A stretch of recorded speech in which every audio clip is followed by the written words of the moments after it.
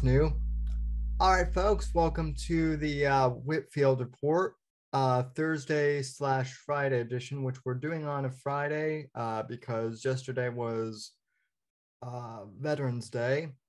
And usually we do the pop culture and entertainment show on Thursday. And today I have for you a new author, Mr. Eric P. Bishop, who is in the thriller genre.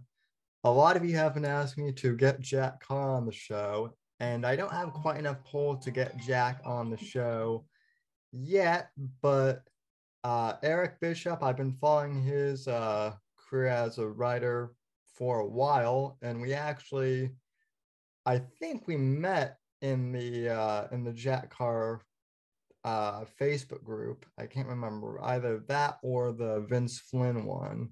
We might have one of them, But yeah. Just call me Jack Carr Jr. That I'm okay with that title. Jack's such a great guy. You call me Jack Carr Jr., but I am not Jack Carr in any way, shape, or form. Well, I think he might have potential to be up there, though, in my opinion. So, but anyway, so Eric, thanks for coming on the podcast first off. And how did you get into writing, just in general? What is your background, just as a whole? Glad to share that. So, first of all, thanks for having me on. I'm excited to have the book out, and I'm excited to be able to tell people a little bit about the Body Man and how the Body Man came into existence. So I started writing. I read a lot. So that's the one thing I always tell people. And I, a lot of people say it. If you want to be a good writer, if you want to write, you need to read a lot. I attribute a lot of that to my dad. My dad actually gave me my first Tom Clancy book.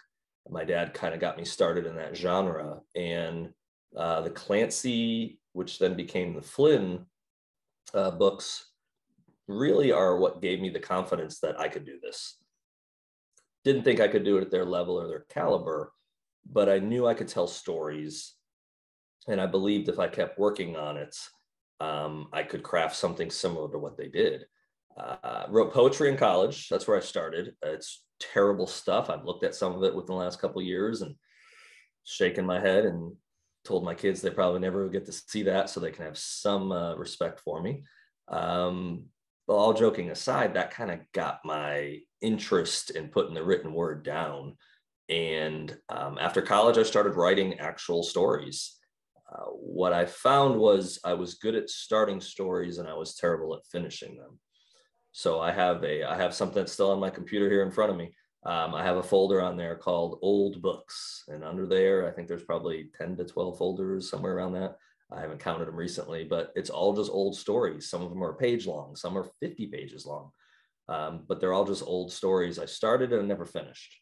So fast forward 2014. By that point, I had 2 kids, full-time finance job, and kind of just busy as can be. And I kind of hit that spot of realizing I wasn't really happy with life. I wasn't really happy with the direction I was going, and kind of, what do you want to do? And I just had this, not a voice, but I just had this gut feeling of, well, you've always wanted to write. You love thrillers. Why don't you actually buckle down and write a book? So I spent a while kind of researching it, what I wanted to do. And I came up with a really good character. And then I came up with about 7 books worth of high-level ideas. And then I just started the first one in June of 2014, and I finished it in September of 2014. And that was it was not The Body Man. My first book was called Vengeance. Then I wrote a book called The Zachariah Option. And then I wrote a book called The Vigilante. None of those books have sold. I actually probably shouldn't admit it, but I have never read The Vigilante, the third one. By that point, I was trying to sell the first 2, and I finished it. I finished that book with a goal of keeping it under 100,000 words, because I always had these huge books that I had to cut down a lot of words. And I finished The Vigilante, and I looked down at the bottom of the screen and it said 99,999. And I said, whew, I did it. And I never looked at the file again. One day maybe I'll open it up and get back to those books. But it was kind of an apprenticeship to get me started for The Body Man. I started The Body Man soon after I finished the third one, and I was working on some other projects, doing some novellas and stuff like that. But I was always writing at the time. But yeah, that's when I came up with The Body Man. And it was years ago. It was not just a couple of years ago. I actually finished the first draft of this book 2018, I believe is what it was. 2019 is when I had a much better book. So we're looking at 2 years before I had something resembling what's in everybody's, or hopefully everybody's hands now today. Out the book's out. Yeah, it's on my Kindle. So Awesome. so what you're saying is, if I'm understanding correctly, is you wrote a series of books before you wrote the body man. So then Absolutely. what made you decide, because that's really interesting, what made you decide the body man is the one to publish, or I guess send to publishers, as opposed to the other books that you had written? Rejection, rejection, rejection. So the rejection for I didn't, like I said, I didn't even look at the third book. Still haven't looked at the third book. But getting rejected on the first two I pitched. The first two I actually even went to Thriller Fest in New York City, pitched them, separate trips or separate years, and got feedback, got some positive feedback, and nobody would sign me. And the more I kind of talked with people, and then by that point, the cool thing about those experiences is I started to then grow a relationship, or at least a camaraderie with fellow authors. And some of these people were big deal authors. I know we were joking earlier talking about Jack Carr. I met Jack Carr in 2018 at Thriller Fest. There was Friday, Saturday night, whatever night it is, they have banquet right after or a happy hour after all the panels are over. And you can just go in there, grab a drink, and your favorite authors are milling around talking to each other. And I walked in there and I looked across the room and I see this bearded guy. I had not read the Terminal List yet. It had just come out, I think a few months before that, maybe, or right around that time it had come out, maybe a couple months before. But I was like, oh, that's Jack Carr, because he's a stud. I knew who he was from social media, and we had interacted on social media, so he knew who I was. I waited my turn. I walked over there, put my hand out, Jack, Eric Bishop. And, 20 minutes later, I'm bringing Jack over to meet Brad Taylor, who I had met a few times and known socially. So I got to introduce Jack Carr to Brad Taylor. They had talked, but I don't think they had physically met. So I was like, cool. And then I just stood back and was a third awkward wheel as two operators talk. And little financial analyst me has nothing to say to these guys. They're giants when it comes to the military. But no, as I was kind of pitching those stories, one of the things I heard from a lot of people was, well, your stories have a lot of military stuff in them. And they weren't military thrillers per se, but they focused on some military characters. Sure. And one of the comments I heard from people is that, the military genre is really small slice of publishing. And a lot of these agents have their big dog already, use Brad Taylor as example. Brad Taylor has an agent, and Brad Taylor is part of a publishing house, and he is their go-to for military. Not that they won't hire anyone else or bring on other authors, but they've kind of have their established names, and it's hard for someone to get in there, especially if you don't have the military experience, and I didn't. So I don't remember if someone suggested, or I then said, well, maybe I should pivot, maybe I should shift gears. And I started looking more to make them more political. And that's kind of why I went down that path. And I do honestly view those first novels as well written from what it's been years since I ever picked any of them up really, but I know people that read them, people that weren't even friends, weren't family, that read them, said, man, these are solid books. So maybe one day I'll visit them and I'll fix them and maybe even revisit that series. I'd like to write those. I finished 3. I'd like to finish the 7 books. It might be something I can do in the coming years on the side, or get a new contract or something like that. But I don't think they're good enough to publish as they are now. And I really believe truly that was an apprenticeship for myself. I learned a lot from other authors. I learned a lot from reading books. David Morrell, How to Be a Successful Author, Successful Novelist is a great book. I just learned a lot about the industry, and I learned a lot of my shortcomings. So each book, I think I got better. And by the time I hit The Body Man, and I can tell you the story if you're interested of how I came up with that, but by the time I hit that one, I knew it was special. I knew the concept I came up with. It wasn't arrogance. I'm far from an arrogant person. But it was that confidence that I've got something unique here that I haven't seen before. and I've got a concept that I can build off, and I can go a lot of directions. That's the most common thing I've heard from people just last couple of days and months before this that have read the book. They're like, man, you can take this story so many directions. And that's what I liked about it. I wasn't living in this small little world. I've created this world that can spider web really fast. And I did that intentionally. So I wouldn't be stuck with one character, one story arc, anything like that, anything that's like a formula. I wanted to create something that I could really pivot a lot of different directions. And part of that was just to keep it fresh for an audience and also make it fun for me, because my goal in writing books, I want Sam, I want you to enjoy my book. I really do. But at the end of the day, I don't write the book for you. I do write the book of, do I entertain myself? Because I've read so much in this genre. I know if I can like it, there's a good chance other people will like it. And so that's my first goal. Can I make, and I do it. I don't know how writers don't like what they do. I've heard writers say, oh, I read my book and I hate it, or I don't want to ever read that book again. Now, I've read my book a lot in the last year, so I probably won't read it much anymore. Maybe I'll read it to my kids a little bit here and there, edit, a few parts. But man, I'm proud of that book. And every time I've read it, I just read it a couple weeks ago for how many times it's been this year. And I literally sent a message to my publisher. I sent a message to a couple of friends, and I said, damn, this is a good book. And again, it wasn't arrogance. I just enjoyed the story. And I had even forgot some parts because I jumped into so many things over this year, even with reading it a bunch of times. I kind of like, oh, I forgot that part. Or oh man, that's right. That's still in there. It hasn't been edited out. And I really enjoyed it. And I don't know, I think that's a testament to putting together a good story. And again, that's not necessarily on, good job, Eric. It's just, man, I crafted something good. The fact that people are enjoying it is icing on the cake. It's a blessing. It's a blessing to have this thing out. I'm looking forward to what people have to say. I'm sure some people are going to hate it. I got thick skin. I'll nicely reply or ignore them. And if I reply, I'll say, I didn't really write it for you, but I'm sorry you didn't like it. You probably won't like the next one either. Have you been accused of like copycatting anyone or like stealing anybody's Not stuff? yet. If there's someone out there that's got a similar thing, it's definitely not intentional. But no, I've never been accused of copying anything. No.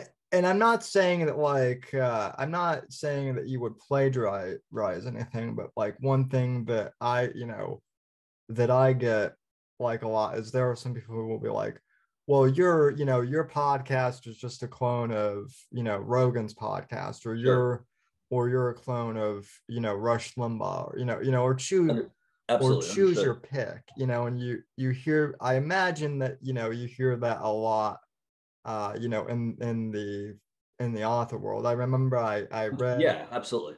I read some I read an Amazon review of the Terminal List early on, where someone was like, this Jack Carr guy is just a copy of Robert Ludlum in the Born Identity. And I mean, and I've read the actual Born Identity, and I'm like, Yeah, and I've I'm got it like, sitting down there. It's the bottom of my shelf. I've got all of his originals. Yeah. well, that's a long that is a long book to get through. But also, I'm not how can you say that he's like copying Robert Ludlum? I'm Yeah, not seeing, but you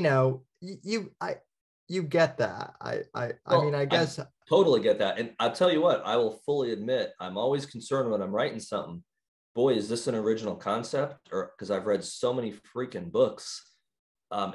Is my subconscious remembering something that Ludlum wrote, Clancy wrote, Carr wrote, whoever, Brad Meltzer. Yeah, that's definitely, I will say that plays on my brain of, am I being completely original? Because I mean, to some extent, really, if we went down that rabbit hole and analyzed it, everyone's copying something, Sure. some form of what their story is. I mean, how many centuries ago did people write stories, and what happens? The boy gets the girl, or someone goes through hard times, and at the end, it's all just rainbows and unicorns. So there's always some formulas and some concepts there that are probably repeated ad nauseum in many, many novels. And it's hard to be unique. It's hard to put a spin. To me, I thought that's what was kind of cool, was I hadn't read anything that did what I did with the White House and the Secret Service and all that. And if there is something, I've never read it, so it's not something I've copied. But I think I put a unique spin on something, and because there's a lot, and I have the FBI, I have FBI agents in here. I was fortunate to, I'm not part of the FBI, I've never been a government employee, but I was fortunate to take an FBI class. I got nominated by a fellow writer who I'm indebted to. He's in my acknowledgments for doing it for me. But I was able to take the FBI Citizens Academy class, which was a 10-week class just in the evenings after work, but it was a 10-week class with the FBI. I mean, I learned a ton.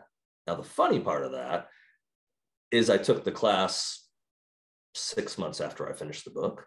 So I had already written the book. And it took a while to get into the class, and I didn't want to stop writing the book. So I finished it. But the class opened up my eyes to things, and I was able to go back and fix things. And I'm sure a real true FBI agent might read this, and I might get a nasty gram from them about how, oh my goodness, you don't know how investigations work, or you don't know how this works. And I'm sure they're 100% correct, because I've never been an agent. I've researched it, Right. but I don't have that pedigree. I don't have that background. But I hope the way I word it, the average person connects with the story, and they don't maybe get stuck on the details. I think I got as many details right as I could. But from what I've heard so far from people is they really believe it's true, first of all. And actually, my FBI agents have gotten really high praise. I had just people in the last couple of days that have started to get the book have been like, please tell me you're taking Eli and Kat and putting them in the next book. Please tell me that these characters aren't just a one-off. So that's really one of the biggest compliments I can get as a writer, is if people believe those characters and enjoy them. Yeah, because I do. I think of them as real people. I mean, I love telling their stories, and they have a story. So yeah, I mean, I've done some small, not novellas that are self-published, and yeah, I mean, that is one thing that, just from my personal experience, you have to make your characters believable for you. Otherwise, it's not going to work. You can half-ass all that all you want, but it's not going to be, if you can't believe your own character. And the other thing is, I've read conflicting things on this, and this is another thing I want to ask you. How much of your personality is injected into each one of your characters? I'm always curious to ask, to know, because some authors are like, none of my characters are like me, or no, the characters are all me in some way. Sure. So, I would stick with the latter on that. Probably the characters all have a little bit of me, and it's probably not an intentional thing, like, well, I'm trying to give one character my humility, or I'm trying to give one character my sarcasm. I think as a writer, at least for me, that I inject a lot of my personal stories. So for me, what's fun is to put people's names in the book. First of all, I enjoy that. I normally make sure they're okay with it first, although I sometimes do it with some deceased friends and relatives, that they don't get a say in that one anymore. But I like to put numbers in there. Anytime there's a number in my book, for the most part, it means something. And I'm probably the only one that knows what that number means. And I probably won't tell anybody what that ever means. It might be something stupid like a house number I used to own, or whatever. I have a couple that are more important ones than that I've kind of stuck in there as an Easter egg. Actually, the biggest number thing on this one that has meant the most, and it's in my acknowledgments, and the book is dedicated to my mom, first of all. My mom. I read that this morning. Yeah, so she had me. She was a single mom, and I'm gonna not get emotional on this one, but my mom was my rock. My mom was my support system. I'm here because of my mom. Everyone's here because of their mom. But my mom's been my biggest, cheerleader, and not everyone gets that story in life, or that situation in life where their moms support them, or I'll talk to writers sometimes. They'll say, my family doesn't read my books. My wife won't read my book. My mom and dad don't read my book. And I'm like, my mom saw the first draft of every book I've ever done. And my mom, all the bad words and nudie scenes or whatever, guess what? My mom saw it. It was embarrassing. Probably. It's like, Mom, don't read that chapter. But no, she's been such a support system to me. And, I've got 2 kids. So when I was kind of thinking through the concept a while back, I didn't have to question him, because my kids even asked me, well, who's the book dedicated to? And I said, well, it's dedicated to BB. That's what they call my mom. I said, BB, that's my mom. And they were both enthusiastic about that, of course. But my grandmother, underneath my mom, it's a memorial to my grandmother. So my grandmother passed away in 2010. The book came out on on Veterans Day, which I was really careful about. The publisher had asked me for a November publishing date, told me I could pick it. My birthday's on the 7th. I thought if I picked that would be a cool present, but it would kind of be seen as vain. Okay, your debut novel is going to come out on your birthday. Is that what kind of person you are? And it would have been cool, but immediately I thought of my grandmother, and I didn't even think of Veterans Day. Like I had to process it for a few minutes, and I said, well, I want to honor my grandmother. My grandmother was born November 11th, 1917. And then as I processed that, I'm like, oh crap, that's right, that is Veterans Day. And so, Jack Carr, I texted Jack Carr and said, hey, do you think there's any problem with me coming out with a book? And I told him why. And he said, no, as long as you're not, using veterans to try to sell books or using that publication date in a way that's inappropriate. No. And a bunch of I reached out to about 4 or 5 authors that are veterans. I just wanted their take. And every single one was like, do it. You're going to honor veterans by doing it. And I said, well, yes, I want to honor veterans, but I'm really honoring my grandmother. So a long story short, to say at the end of the book, I needed, there's an oil platform in the story without giving anything away. And I did a lot of research on oil platforms, and there really is a lot of oil platforms in the Gulf of Mexico, and they really are sometimes for very nefarious purposes. But I needed a name for the oil platform. And I started looking at how they name them and all that. And a lot of them have numbers and names. And it struck me, my grandmother, I won't say where she lived, but the town she grew up in, or where she lived, not where she grew up, sorry, where I grew up, that area, but where she lived at the end of her life, her address was 84 Pike Street. And so when I had to give a name to that oil platform, I named it Pike 84, reversed it for her. She'll never know it. Hopefully she's up above looking down and knows it. But that was something that anytime I'll read that story or someone will read it and they'll be like, oh, cool name for the oil platform. I'll be like, that was from my grandmother. That was a way to honor her, put an address in there that means something to me. It might only mean something to me, but it'll make me smile and think of her every time I read it. So that's some of the fun stuff of being able to just having this book out is fun. This is a fulfillment of 7 years of hard work and 4 books and lots of novellas and other started books. But getting to have those little things in there that I might only know about, it's pretty cool. It's really cool. You have a very cool cover there. Obviously, the folks listening to this on the podcast on Spotify won't be able to see it, but I encourage you guys to go look up the cover of this, because it's pretty cool. The YouTube folks can see it, but yeah, they can definitely check it out. It's cool too because the master's name is on here. Don Bentley gave me a blurb, and my publisher was able to get him to use that blurb on the cover. And Don Bentley now writes for Tom Clancy, found the family. Yeah. So I get, I have a blurb on there that's got Tom Clancy's name on the bottom as well. And that means a lot to me. As someone that grew up reading Tom Clancy, it's pretty cool. It's just with the book launching yesterday, I have several big name authors that have been super supportive. Brad Meltzer being one of them. Brad Meltzer put something very kind on social media for me. He messaged me privately and congratulated me and mentioned and said a few things. That never gets old.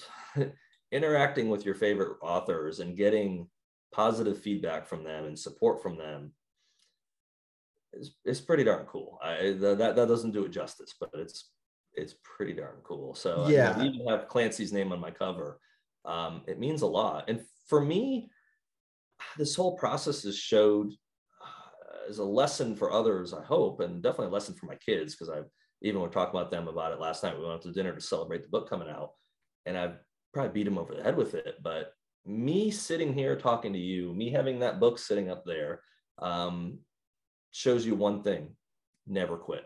And I've said that 50 times in the last 2 weeks with media interviews and other things. And I'm sure I'm a broken record, but most people that start writing a book never finish it. A huge percentage of people that start writing a book never will finish a book.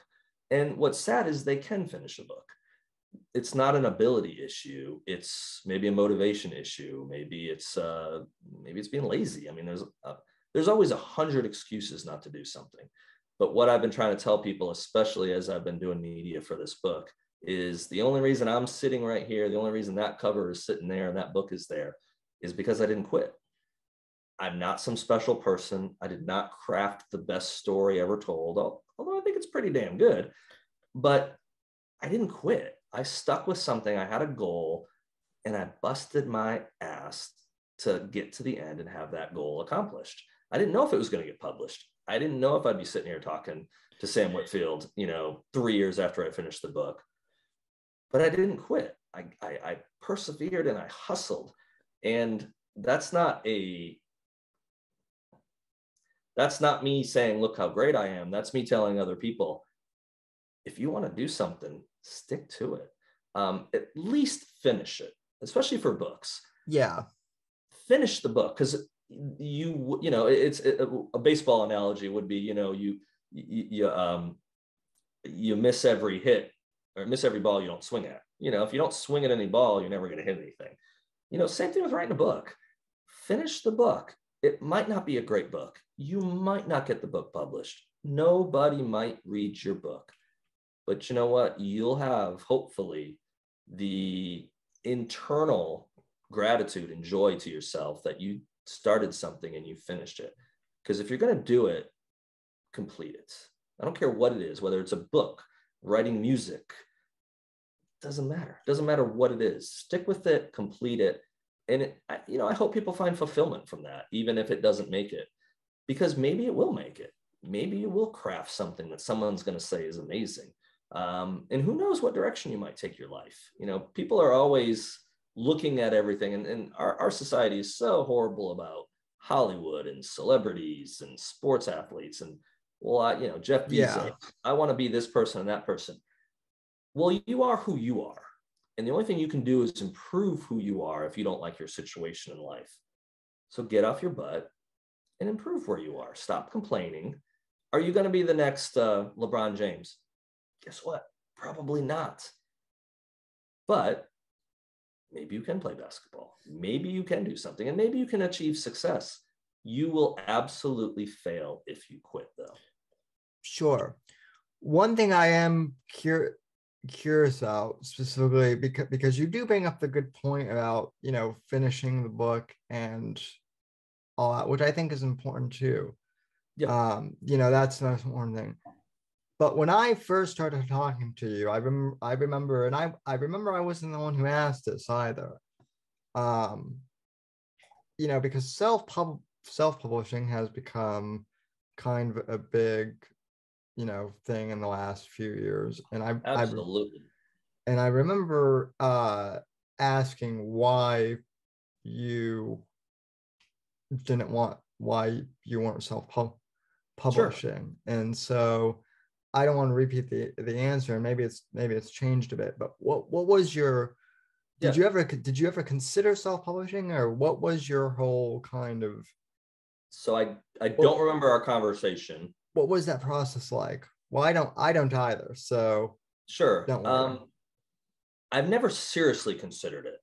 I've been told to do it. I've been told to do it by successful authors, honestly. They're like, especially with those first couple of books, as I was kind of hawking the Body Man and even getting in the process of the Body Man, they're like, why don't you clean up, do a quick and dirty on the first couple of books and throw them out there. Throw them out online, see what happens, see if you get some traction. Maybe you'll hit with one of those books. So first of all, I don't think self-publishing is any less of you being an author than a published author through a conventional publisher. I'm actually with a smaller publisher. I'm not with one of the big fours. I had a hell of a time trying to get an agent, and I sent 93, 92 queries for the Body Man, and I had a lot of interest. Nobody ever signed me for the Body Man. And I'd have some people being like, man, this is a great book. And I'm like, okay, we'll sign it. They're like, political thrillers aren't doing that good. And it's got DC in there and stuff's going on with Trump, blah, blah, blah. And nobody would touch it.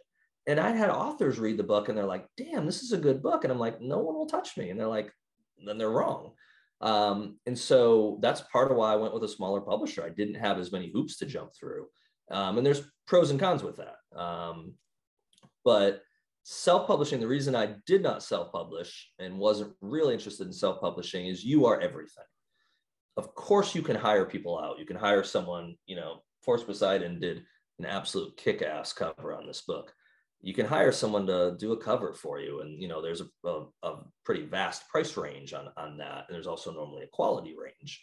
You can hire a professional editor, which I actually did. I hired a professional editor before I went through, even got Forrest Poseidon. I did an editor before I started between 2 rounds of agents. I hired someone. And I think that's what got me eventually with Forrest Poseidon is I had a very polished manuscript. It wasn't perfect. I had gone in and made changes after the edit was done by the professional editor, and I probably jacked things up because I'm not an editor. I will fully admit that. But yeah, I didn't want to do all those pieces. I'd rather sit there and write a book and then show up a week before pub date and come out and do these fun interviews and be like, hey, the Body Man's great. And then go back in my, my world and travel and do all kinds of fun stuff and write and, avoid all the rest of it. But it's not the reality anymore. And I think if you got a big contract, maybe you can have that life, but I can't. So I didn't want to go down that path of having to do everything. But I do, like I said, just to complete that thought of, I do believe that there are some self-published authors that I'm friends with that I know that write books that compete with anyone that's on the bestseller list. And those authors cannot get an agent to sign them, which I think is absolutely ridiculous. But that's the nature of the business, unfortunately. So what's your option? For them, they decided to self-publish. I applaud them and I'll support the heck out of them for doing it. Other people self-publish because it's a really easy way to say you're a published author. Sure. I mean, anyone can self. I could have self-published in the last week. I could have gone before I got my book out with Forrest Poseidon with my launch. I could have been a published author a week ago and uploaded one of my early books that I finished with warts and all. I'm a published author. I mean, in some ways, what does it matter? I've got my book in my hand. I've got amazing feelings of what's happened the last couple of days. But you do have to be introspective and think, what are you doing it for? For me, I want a career. For me, I want not just the next book. I want 4 or 5 books down the road. I've got some of those planned. I've got several in other stages. So I want to build a following. I want to build people that don't just like one book I did, that they're going to like all the books I did. So that's the thought. And but yeah, self-publishing, traditional publishing, I think they both have their merits and they both do have their shortcomings as well. It's crazy to me that those agents were rejecting you based on the fact that political thrillers don't sell, quote unquote. At least that's what they were saying, because every time I go on Amazon, or every time filled with them. Or maybe it's just because that's what I tend to read. I mean, that's pretty much all I read, other than like books I've had to read for college. But for me, I mean, I'm a thrill guy through and through, especially with Audible. So to me, it's like, it's insane that political thrillers aren't selling, because I mean, shoot, everyone, And Sam, the person that did this, they could have been flying out of their teeth, just blowing me off and saying something. And they had a full manuscript and they read it for a while, so I wouldn't think so. But so I will step that back, because I do know a lot of agents. I had agents that congratulated me yesterday on Twitter. Agents that rejected me, that rejected the Body Man, still congratulated me and said, "Good job, we're proud of you." That's good, at least. Yeah. Oh no. Well, I have a good. Some people despise agents, and I'm not one of them. I think agents have a really tough job. Years ago, maybe it's not the best thing to say, but I was told the best description for what an agent does is their job is to keep the crazy people away from the publishers, because there's a lot of people that write that are strange people, I guess, and they need that buffer zone so the publisher doesn't get inundated. So they have this thing called an agent. But I have a lot of respect for agents. Some Sure. the really good agents, they might get 100, people coming at them every week or day. I don't even know what the numbers are now. I don't remember them, but they have to weed through a lot of crap to find it, to find that one diamond. And unfortunately, they probably overturn a lot of diamonds in the process. I know they do because I know people that haven't made it through the process that are diamonds. But they have a very, very difficult job. So I have a lot of respect for agents. So it's tough. It's a tough. It's a brutal business. I write because I'm supposed to write. I'm meant to write. I have stories in my head that have to come out. They give me joy. It makes me happy that people like my stories. But if I was a writer because I was trying to pay my bills, or I was trying to be rich, or I was trying to fill in the gap, yeah, I'd be crazy, because this is a horrible, Sure. it's a horrible business. Now, for someone that gets a 7-figure deal, or someone that gets, all that, it's probably a great business. But, the average writer has a full-time job, or at least a part-time job. The Yeah. average writer that gets to quit their job gets to do it like after 4 to 6 books that are successful, not just 4 to 6 books that sold 500 copies that sold really well. You're still not quitting your day job for most people, unless they have, a spouse that makes really good money and they can just stay home and write Yeah. full time. So, I wrote the first 4 books I wrote, mainly, I have family, and mainly I wrote 6 nights a week from 10 to 12. The first book wasn't like that. In the first book, I can only say is I didn't know what I was doing, which was good. I was blissfully ignorant. But I physically got myself sick because I would put the kids to bed, kiss my kids goodnight. My wife would go to sleep. I'd sit down at 9:30, 10 o'clock, and I would write until 2, 3, 4 in the morning. I wrote that first book. I think it started at June 26th, and I finished it September 19th. I might have those dates a little off, but in the better part of 3 months plus, I finished 115,000 word book. One night I wrote 7,000 words. It was just like it was a monster night, and I was so psyched I couldn't fall asleep. So it's like 3 o'clock in the morning, and I'm watching Seinfeld episodes, so I'll fall asleep. So by the end of that process, I was so pleased with what I did, and I was physically sick. So when the time came not that long later to start book 2 in that series, I knew I had to train myself to do something different because I was sick. It wasn't a sickness mental, but I was physically making myself sick because I wasn't sleeping enough. Because I didn't then sleep in the morning because I had a day job and I had to perform. I had to function. I had kids. So the pattern I fell in for book 2, 3, 4, and the other things I've written.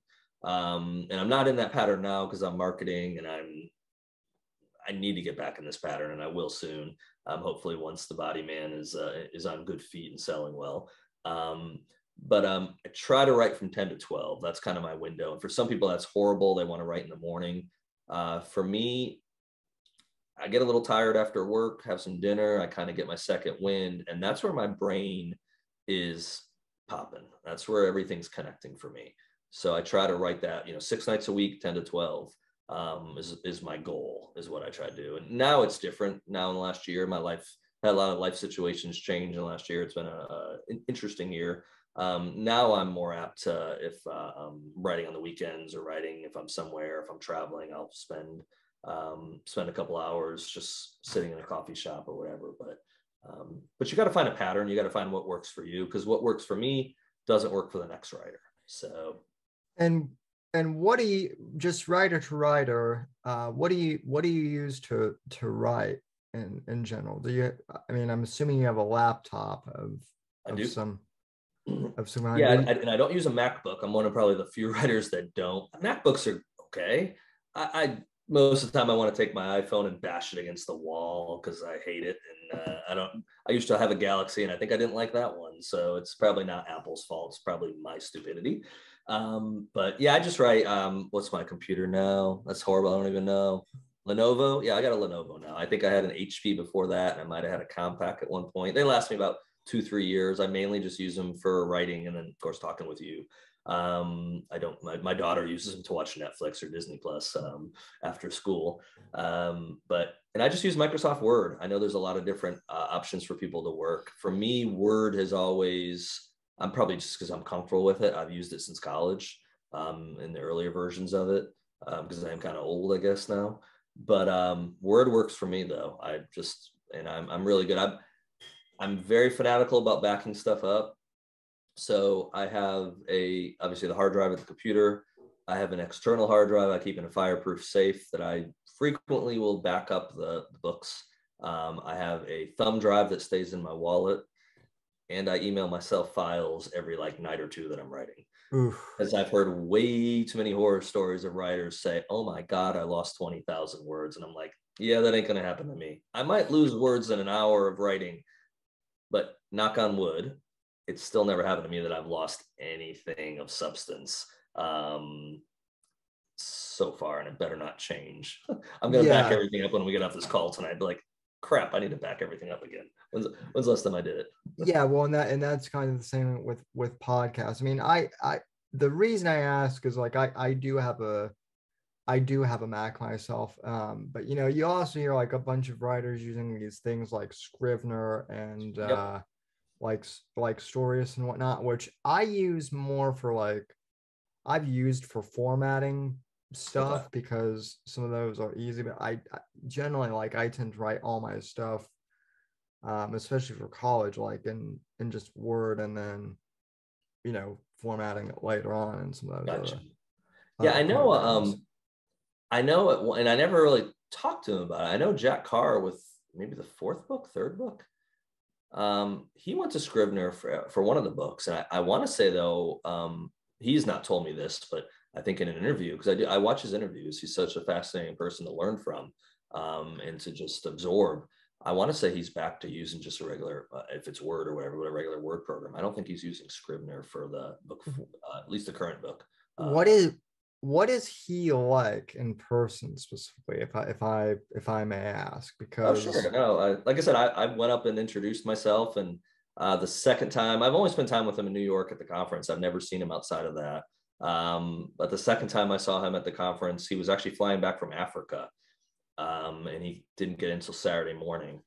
And I think I texted him that morning to say something. And he's like, "Hey, do you know where I'm supposed to be? I just landed at the airport. I'm on my way to the shower, the hotel. Where am I supposed to be?" And I was doing security, which was not as glamorous as it might sound. I was on the security team for the Thriller Fest, and I had my schedule with me. I said, "Well, yeah, I know where." I said, "I'll meet you and I'll show you. I'll take you where you got to go." "Thanks, buddy." And then I think I got him to where he needed to go, and he was just like, "I said, you need anything?" "Yeah, let's be Jack Carr's lackey because Jack's a stud."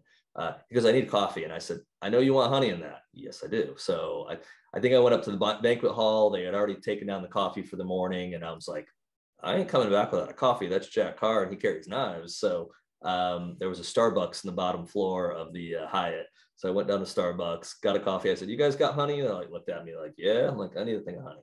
Um, I so I've always taken my coffee with honey as well, and I've always gotten crap for I've always gotten crap for it. Like, what are you, a woman or something? And I'm like, well, one of the top Navy SEALs in the country takes his exactly.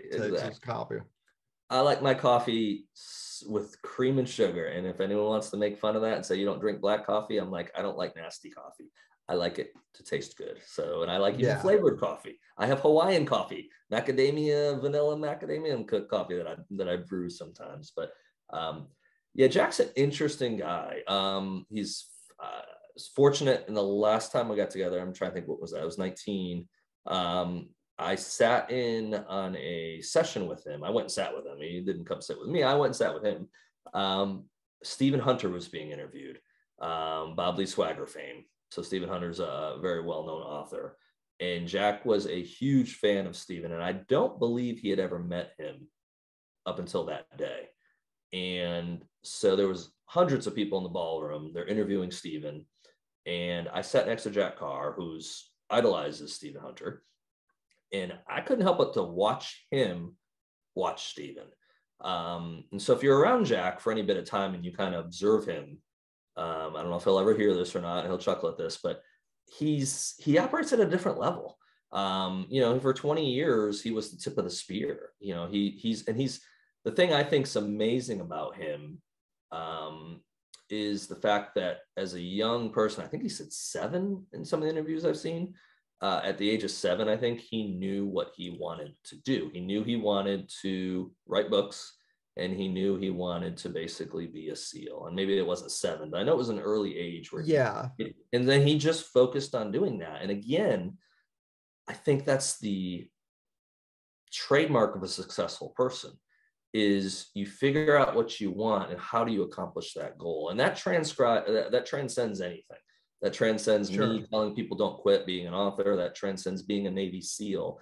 But so much of it is mental. And I know Jack has said that in interviews. I know he's talked about that. And I've been to, and I've never been in the military, but I've been to Coronado and I've seen the training that goes on there as a civilian, just walking on the beach and seeing these guys come by with the big poles and all that. Yeah. And I've seen interviews with Jack where he's talked about it. And he said, you know, guys would let that bell get in their head and they think about, am I going to ring that bell? And he's, you know, and I won't paraphrase exactly what or paraphrasing what he was saying is basically like, he was never going to ring that bell. There was no way he'd ring that bell. What do I have to do to not ring that bell? And he would just take one task at a time. I think some people would look at it, Hell Week and all the stuff, and look at where they were going to go next. He would just take it as one block. Okay, I got to get to lunch, or I got to get to this. And you put all your energy into doing that. And I mean, that's a mark of a successful person. The thing about him that has always struck me is he does not seem like a celebrity at all.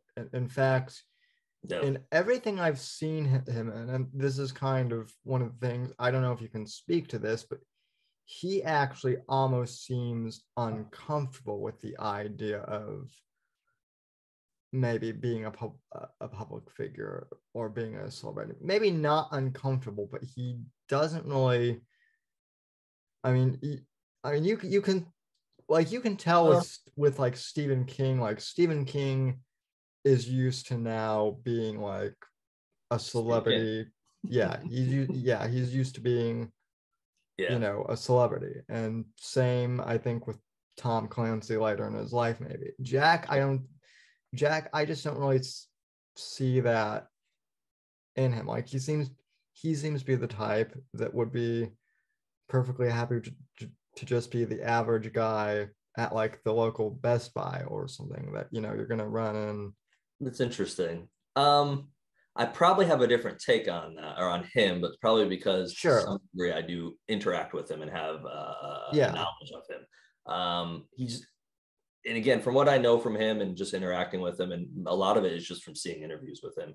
I've not had that many conversations with him, but he's a driven person. He knows what he wants. He knew he wanted to write books.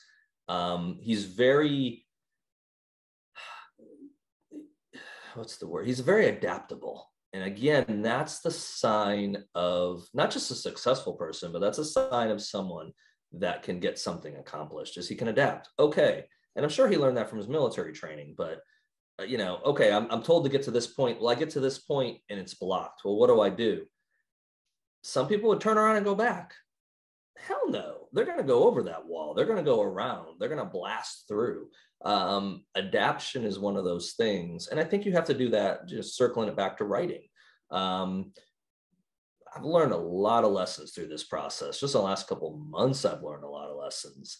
I had someone message me earlier just talking about how good the launch went. And they're, you know, who's your publicist? Who's your marketing team? Who's that? Well, how'd you learn all this stuff? I learned from other people. And I've also learned I have to adapt. If this isn't working, okay, I'm going to try that. Yeah. You just don't want to make a fool of yourself, of course, which I probably do from time to time. But yeah, you just kind of learn to roll with it. And you know, this process, the publishing process, the writing process, you kind of learn what doesn't work. And then you just have to find a way around it, or you have to reevaluate your goals or what you're trying to accomplish. But it's been a huge learning curve. And I think, you know, back to someone like Jack, I think he's a master at that. I know I don't think he has any aspirations to do, people always, I've seen interviews where people say, hey, I do politics. And he's just like, no, because that's getting popular. There's a lot of military guys now that are actually running for office. Yeah. And I don't see him doing that from just, not that he's told me, just what he said in interviews. I don't see him, and I don't know why you'd want to. Yeah, That's no. not a knock at any of these guys that are running. We need good people to run. And I think the reason why good people haven't run for so long is because how nasty politics is, and which is part of why I wanted to tell this story. I'm telling a story, but I'm probably injecting serious beliefs I have into that story of how do I think Washington works? How do I think the puppet masters pull the strings? And yeah, which I which is mean, fun. this is somewhat of a political show usually. So I am kind of curious with the body and kind of diving into that. I don't want to get into spoilers or anything. So what is kind of the premise of your Yeah. So story, let I me tell you how guess? it came about, because that's normally what I'll end up telling people, and that kind of stirred the conversation. So back 6 years, 5 years now, I really should know that, especially since I'm being interviewed. Many moons ago, back, I was probably 6 years ago, 5 years ago, I was doing a cleaning job one night. I had finished a different book, and I was kind of coming up with a new concept. I was still working on stuff. I think I was editing a book at the time, and I wanted a new story. So I had a 9 to 5 job, had a family of 4 to support. I had a Friday night cleaning job at an office that you'd go in there, take 2.5, 3 hours, and it was literally vacuuming, cleaning bathrooms, dusting, mindless work, which was kind of cool in a way because it let me have no distractions, no kids, no daddy this. And I love my kids unconditionally, but I had time to myself to think. Sure. It was so mind-numbingly boring. So one night I walk in, turn the alarm off, and I want an idea for a new book.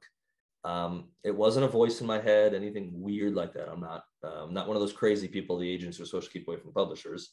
But I had this thought run through my brain. I might be. So, hey, That's you're okay to say anything. that's So, no problem. But so I had this thought run through my brain of there's always someone who knows where the bodies are buried. And immediately I thought to myself, man, I don't want to tell a mafia story. I'm not going there. But I kind of answered my own question. Well, who would know where the bodies were buried? And I immediately, the term the body man, those 3 words came in my head. And I realized I heard those terms not from me creating them. I had seen a news story about President Obama. He had a gentleman that worked for him named Reggie Love. I'm actually going to try to get a copy of this book into Reggie's hands. He's a real guy. And the media dubbed Reggie the body man. Like I've told others in other interviews, I never really looked into what Reggie's role was exactly. I don't know what his official title was in the White House. He was just dubbed the body man. I can tell you some of the conspiracy theories about Reggie Love. I know there's tons, and I've looked at a few of them, but what I understand it to be, or understood it to be factually, was Reggie was the body man's guy to get him whatever he needed. Hold his BlackBerry, carry his smokes, need cash. Reggie pays for stuff. He's there. He's a body man. He's right there with the president. He gets the president what he needs. And I thought about that. And then I thought very quickly, well, that would be a really stupid story to tell.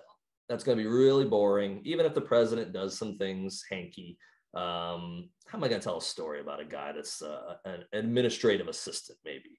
But then my brain, which is fairly clever, said, well, what if there was a role in the Secret Service? And what if the Secret Service independently called this person the body man?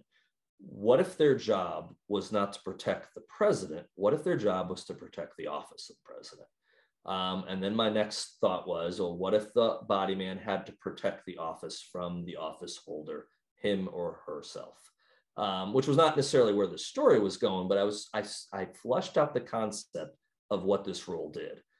So the role has 2 parts. Your job, if the president does something they shouldn't do that's going to sully the name of the office, your job is to clean it up. You clean up whatever mess the president made. However, the controversial maybe side of this that's really getting explored with book 2 and book 3 right now, because I have got book 3 a little bit started and the concept very high level, even though 2 is nowhere near done.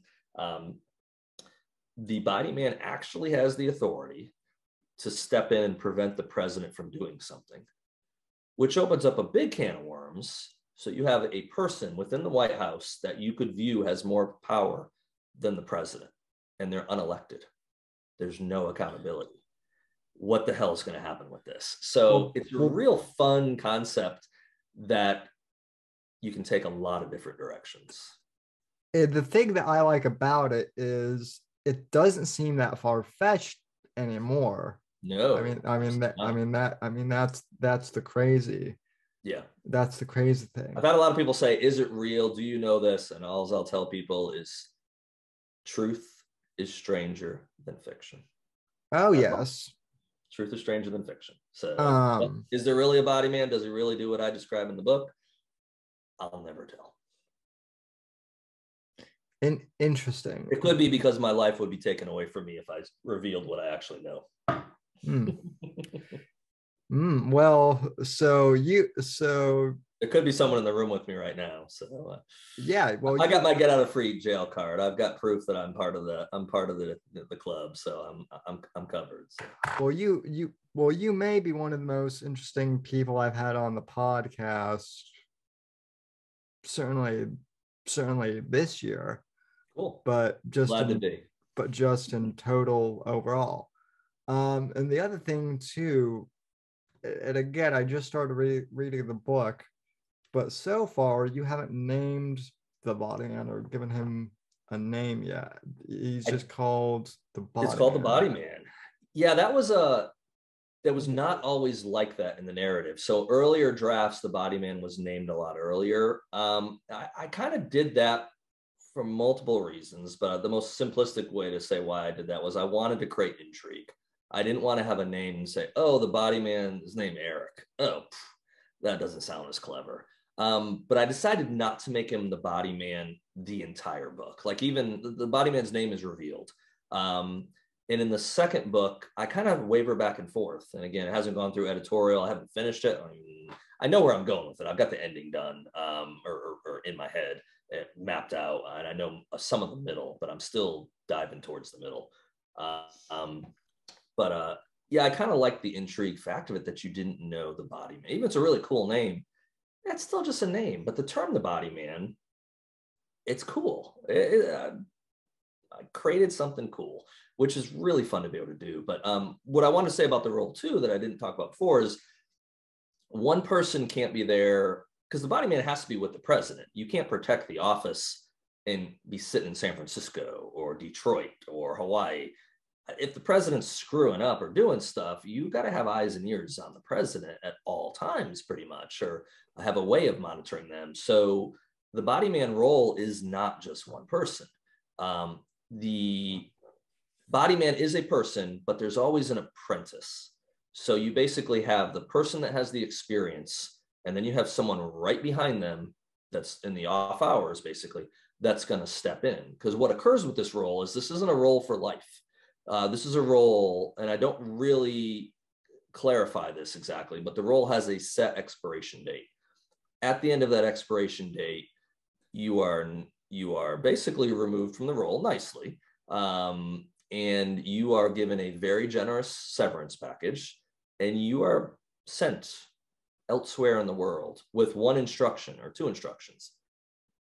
Don't ever come back to the United States, and don't you ever reveal what you know. Those are your two rules. If someone gets you, if someone's going to try to get that information out of you, every body man has a way of ending their own life. And that's what they're supposed to do. You die, your secrets die with you. So the body man is retired. The apprentice steps up and becomes the body man. And a new apprentice is basically assigned. In the start of this book, first chapter, body man is kidnapped. Yeah. And that's not giving it away, but the body man is kidnapped. So it's about finding the body man. That was another thing that people had given me grief for, of like, well, the body man's not in every chapter. It's like, well, no, the story is about finding the body man and really the intrigue of who is this person. because the apprentice then has some issues occur. So I really tried to throw the story on its head in here. And the second story is not going to have as much of that going on, but everything else is getting thrown on its head in book two. And really it's going global. It's going a lot more crazy things. And I think when people get to the end, they're going to be like, holy shit. Is the body man your main character even, would you say? Or no, that's the crazy part. And that's the part that I did have I had one in particular, author I really, really respect, a very successful author who, I don't know if they read the whole book early on, because it was rough when I gave them a copy, but their feedback was, and it was more because I wasn't getting an agent with an earlier draft. They said, well, maybe you need to just do a complete rewrite. And and they were, one of the ones that said, why don't you just tell it straight from the body man's perspective? Well, once you dig in and once people read in the book and they see what's happened in the story, I think they'll understand. My thought was, I don't think I could make a great story just following the body man, considering where the body man is through most of the narrative. And I didn't want it to be that way. Again, I write for myself. I liked the idea of the story being, who is this person, and making it very mysterious, while at the same time having these two FBI agents who are the protagonists in my mind, trying to figure out A, who is the body man, and B, where is the body man? And that's what carries a lot of the story. And Eli and Kat are my FBI agents. So you have I don't really give his age, but you have a seasoned FBI agent kind of in the middle to later part of his career. Nobody wants to work with him. Eli can be a jerk and doesn't like partners. And here he gets this case pop up of a missing person. His supervisor basically says, hey, bring the new girl. Kat's fresh out of Quantico. Bring her. She needs to get her feet wet. She's sitting on the complaint desk right now. Show her what investigation's like. So you stick these very two unlikely people together and they carry the story. And the great thing about them, though, is, and what I really liked about her character, and I can't wait to explore it further with other novels, is she's not this little flower that comes out of the academy and kowtows to this senior agent. This girl's tough. This girl's tough as nails. Whatever Eli throws at her, she throws right back at him and adds a little more for good measure. You're kind of doing the seasoned cop versus the budding rookie. Absolutely. I grew up in the 80s. Let's see, what was grew up in the 80s. Formative years was the 80s, and the buddy cop things were big. So I know those in the back of my mind of having those relationships. And there's a lot you can explore with that. So I kind of take that, but I give a twist to it. And there's I've gotten some very good compliments that, these weren't these one-dimensional characters that started here and ended the same spot 444 pages later, however many pages the book is. But they changed, they evolved, their relationship changed for good and bad. And so, and I think that's what you should do as a storyteller. At the end of the day, your job is to keep those people turning the next page. That's another compliment that I had been given early on, is every chapter ended with people saying, okay, I want to see what's next. And I know for me, not as a writer, but as a fan, because I do read, not as much as I used to, but just because of time and all my writing. And but when I read something, man, I want to get to an end of a chapter and I don't want to put that book down. If I have a reason to put that book down, then I might put it down. And that's one thing that's changed over the years for me. If I was given a book by someone, or I bought a book, even if it was a crappy book, and there's a lot of crappy books out there that sell a lot of copies, I'd read the whole book. I bought the book, I'm going to read it. Man, I got no problem now taking a book after 2 chapters and saying, whatever, didn't interest me, put it down, give it away, stick it on the shelf, never look at it again. I won't think twice about it. Probably because I'm getting a little bit older. Time's precious. I have stories myself to tell. I don't want to read a 400-page book, put it down and be like, damn, I just wasted 7 hours or 6 hours or however long it takes to read a book of my life. I want to put that book down and be like, that was really cool. This person knocked it out of the park. And I want to feel that every single time. So as an author, that's my job. Every time I write a chapter, every time I write a book, I have to make sure I'm not giving them a reason to put that book down, just like I'm doing when I'm reading someone else's book. When you write, do you write from a, I guess, I don't know if this is the correct term, but cinematic perspective Yes, and other I see those scenes in my head. Yes, yes. absolutely. Yes, So that it's a movie in my head. Yes. yeah, I mean I've kind of done the same thing, and most writers, I would assume, you would think most writers do operate that way, but I think it's pretty some, common. Yeah. but I know some that don't, Sure. for whatever reason. Have you, and I know that you're probably nowhere near this, but have you ever like pictured what this would be like as a movie? So I have, and I've had this question this week. I've done a few interviews. So I will answer it, but I will answer it also with saying I do not have anyone specific in mind. When I write these and I think of these, I do create the characters in my head, how I see them. Sure. Not always their faces. Sometimes not. It's kind of weird in a way. But they're never anything like, Cat is not Gal Gadot. The Body Man is not whatever. George Clooney. I don't even know how old is George Clooney now. I don't know, but probably part of that is I don't watch. I do watch movies. I probably tonight after I get done with you. This has been a blessing of a week, but it's been a really long week. I think I slept 4 hours. I don't know. Last night I have a 9 to 5 job. Even Kyle Mills even messaged me and said, dude, you didn't take today off work. No, I worked my job yesterday, even with the book coming out, because I didn't have like a lot of stuff lined up. I had an interview in the morning on the radio, and I didn't have anything in the evening. I had my kids last night. I don't always have my kids. So with having my kids, I wanted to make sure that it was just about family. And we went out to a fancy dinner, and I sat down finally at 11 o'clock last night and started to go through Twitter. So Twitter's kind of my main social media platform that I use, but it's also where I probably get the most feedback, basically. So Same. I've got something beeping here. Sorry, I've got a beep in it might be the other computer. Oh, no Can we pause for a problem. second? Sure. We'll be right back. All right, and we're back. So, Eric, you were saying about social media and Yeah. just how that whole process has been going. So last night, by the time I got the kids to bed, we had a really great dinner out, one of my favorite restaurants. Kids had a great meal. We had a great server. It was just one of those really fun nights just with my kids. So I got to really, my joy of it was having my kids there with me last night just to celebrate the book. So finally, I think it was 11 o'clock last night, I sat down, and Twitter only, like, once you get like 20 likes or tweets or any of that, it just says 20 plus, at least on my phone. And again, I might be a technology idiot. So I didn't know how many I had, but I had a couple fairly big name authors message me and be like, dude, you're like blowing up Twitter. You're everywhere on Twitter. And I said, yeah, probably going to take me a while, because I just made a promise to myself, not to promise anyone else, but I said, I'm going to respond to every stinking message I get on Twitter. I'm going to do it as quick as I can. But I'm going to reply, and I'm not going to just reply, thank you. Good luck.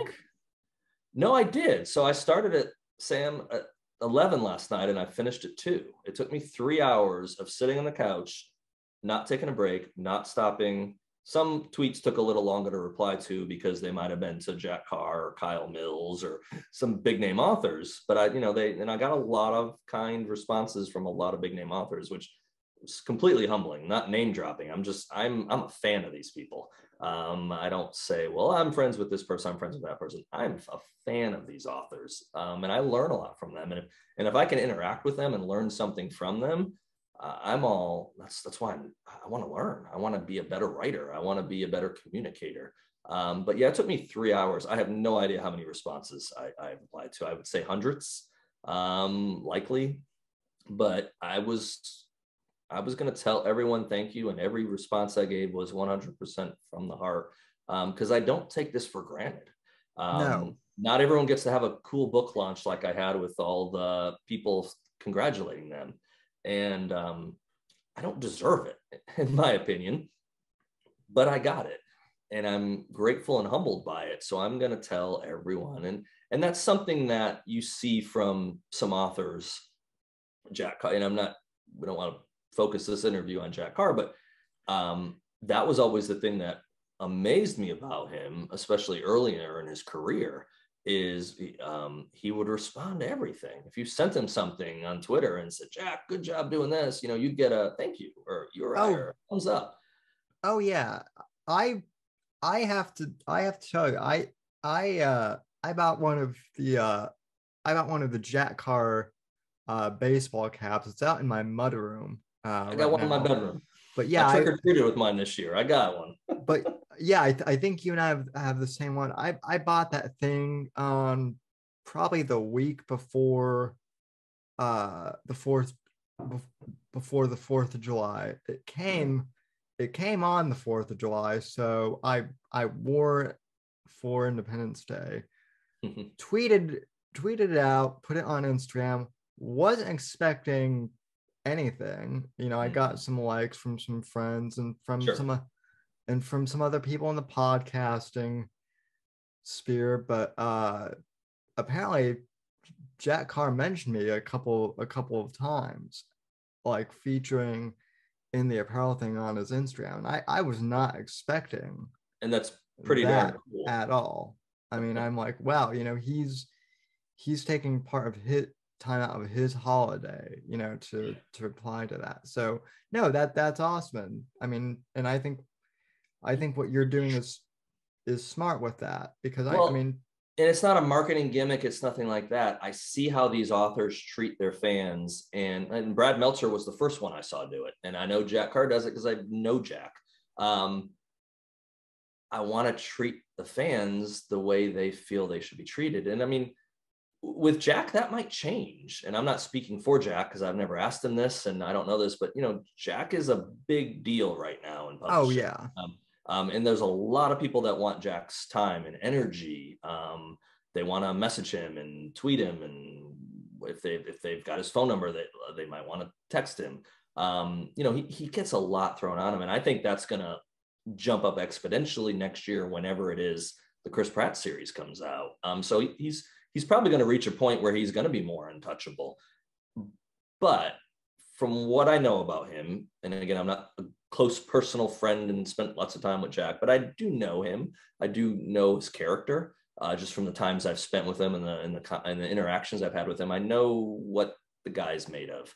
I can say that with some level of confidence. If you don't get to contact him much in the next few years, it's not going to be for lack of him wanting to say thank you. It's just that he won't have enough time. I mean, Right. I don't know how many messages I had last night. I don't know how many, but I sat there and it's not, this isn't a woe is me. I enjoyed every moment of it. And I'm proud to say that was an honor to sit there for 3 hours, but I sat there for 3 hours last night and responded to tweets. I'm sure that's not an uncommon occurrence for him over the last couple of years, all the messages he's gotten, because he has a lot more fans. He sells a hell of a lot of books. You can't have the bandwidth and the time, because he also has a family. He has other responsibilities. He can't just sit there for 12 hours a day replying to people's tweets and texts and instant messages and Instagram and Facebook and all that. It's just not possible. So I know he probably has to cherry pick it now, and it probably get even more next year when he becomes, Jack Carr superstar with Chris Pratt playing James Reese. But it couldn't happen to a nicer guy. It really couldn't happen to a nicer guy. And I'm a fan of his. I'm fortunate that I have interaction with him, limited interaction with him that other people don't get. But I'm a fan. I'm a fan of his writing. I'm a fan of how he treats people. I'm a fan of how he interacts with people. And I'm a believer in karma. I think good things happen to good people. Not everyone in the industry has a great reputation because of how they treat people.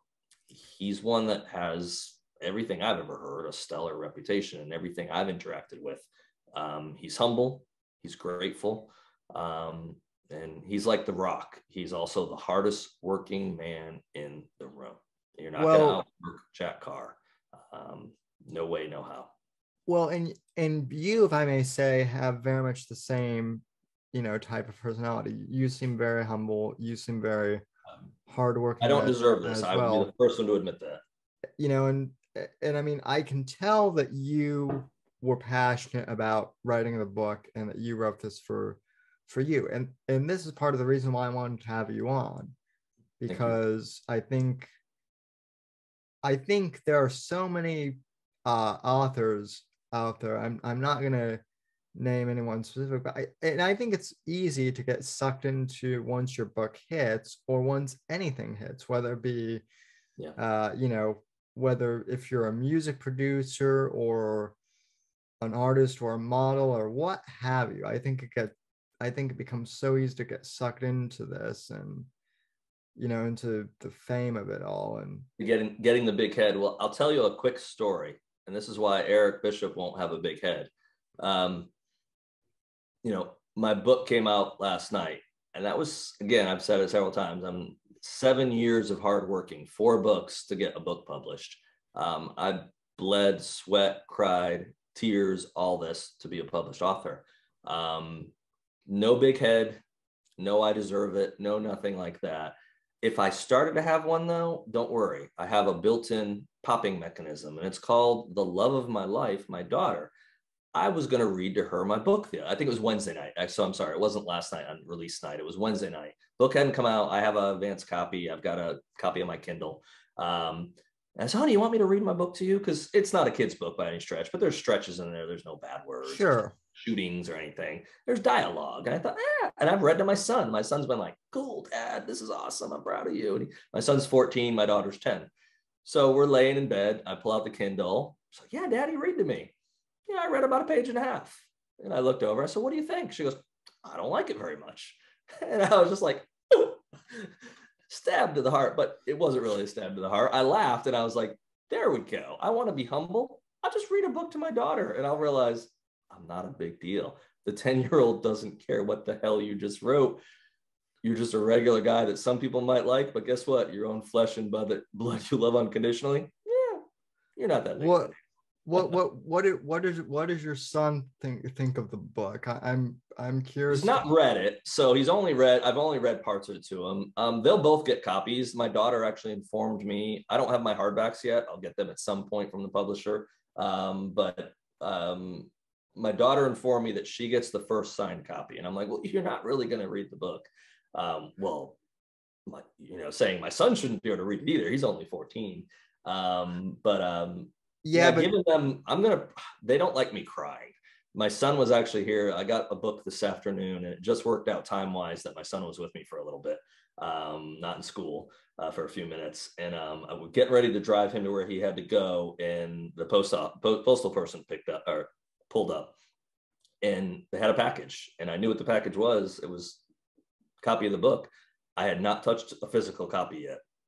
I had only had a digital copy and a printed off copy that I worked on edits and stuff like that. But so I said, well, let's film this. Let's make it quick. I've been having a lot of videos this week. People are probably sick of seeing Eric Bishop. Sorry, folks, you probably see me a few more times, but I'm trying to be sincere with the process. And I'm so humbled. I'm so grateful for this opportunity. And sometimes it's just easier for me to just put the phone on the stand, shoot a quick video, tell people what's going on instead of typing 10 tweets or something like that. So yeah. I told my son, let's open it together. And he said, I'll film it. Yeah, I said, awesome. Let's keep it 30 seconds. I didn't think about what I was going to say. I just said, I'm going to open it. I'm going to talk.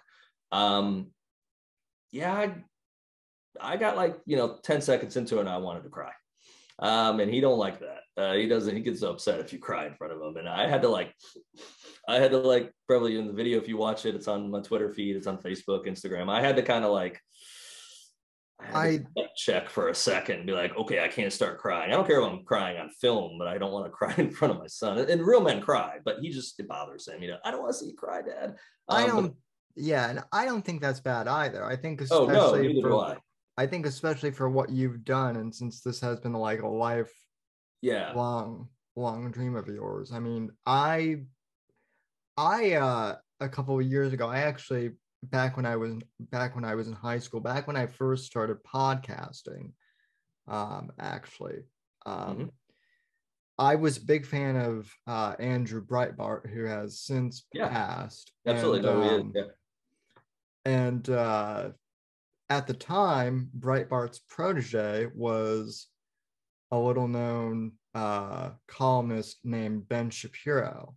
Oh, I So wonder I who that might be.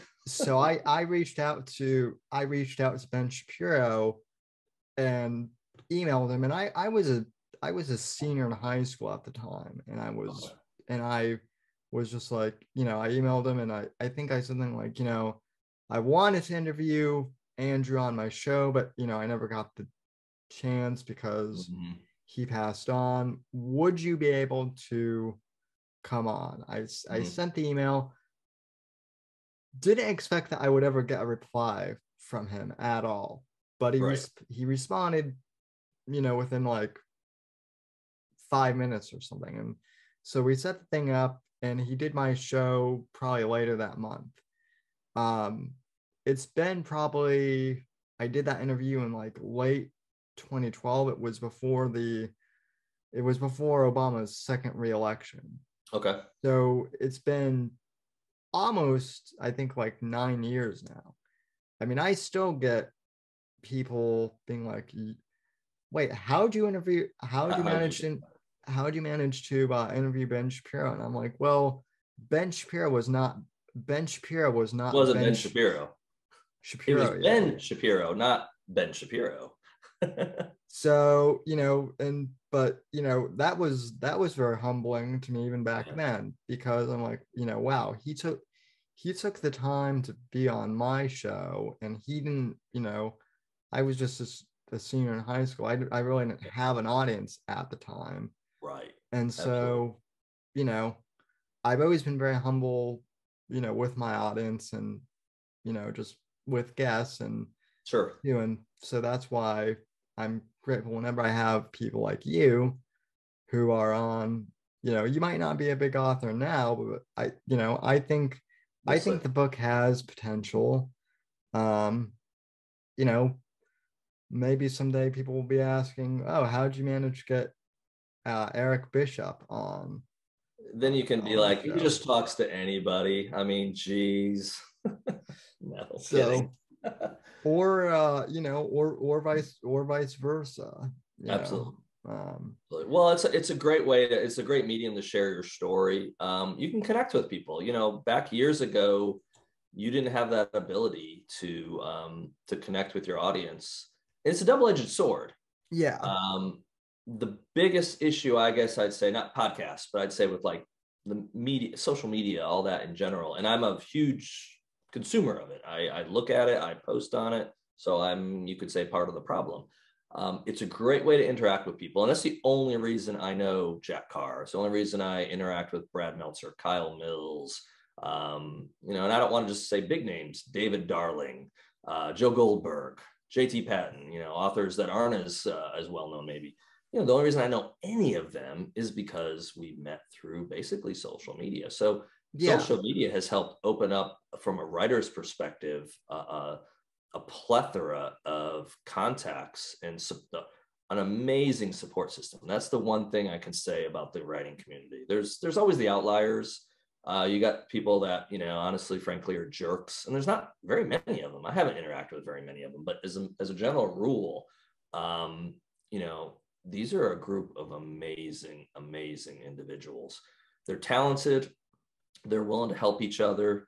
Most of them have a very little ego, that at least comes out. Maybe they hide it well, but and I mentioned this in another interview, might have been last week or earlier this week. I think part of that is because, as a general rule, most people don't make it as a writer, or don't even get into it very heavily when they're younger. So by the time people have gotten to the point where they've written a book, they might have gone through a couple careers even. So they've kind of had a maturity level develop. They've had life experiences. I couldn't have written The Body Man 10 or 15 years ago. I could have maybe written an okay concept of it, but I needed experiences. I needed to be jaded, maybe. I needed to be more sarcastic. I needed to be more clever. I needed to learn a lot of things that only comes with life experiences. And I'm a blessed person in many ways. One of them is I've gotten to travel, not as much international as I wanted. I have been out of the country multiple times, but my bucket list for international travel is not got knocked off as much recently, and I got a lot of places I like to go.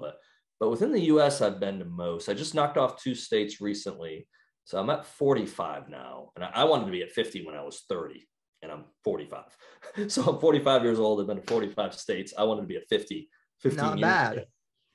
But no, I mean, and that's exactly true. Anytime I kind of get down at myself and go, man, you haven't hit the 50 no, I go, you know how many people haven't been to 5 or 10 states? You've been to 45 states. And I've not just been to 45 states, and half of those states I landed at an airport.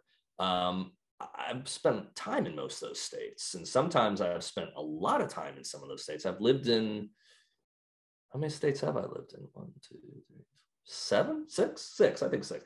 I literally just got a new North Carolina license a couple of weeks ago. I should know how many states I lived in, but I moved across the state line. I didn't move very far this time, but I'd already lived in North Carolina before. So I've done North Carolina a couple times. I've done South Carolina a couple times. I've done the Western states, several of them. I've done the Northern states. But I've been able to travel a bunch, and that's, first of all, it's a blessing. First of all, it's a blessing I've been able to do that. But second of all, that opens things up. And that's one of those things that I always try to push people, oh, should I go to the beach or should I take my kids to Europe? COVID's jacked up everything. Yeah. And I'm not being negative about it, but COVID's made everything more complicated. Sure. Yeah. You can't just travel. You can't just say, I'm going to get on a plane in 6 months and go to Paris, or I'm going to go here. You might not be able to. Are you vaccinated? Do you have a negative, PCR test or whatever it might be? Are you masked? But pre-COVID days, I tell people, man, take your kids to Europe. Don't take them to Disney World. Disney World's great. I've been 3 times.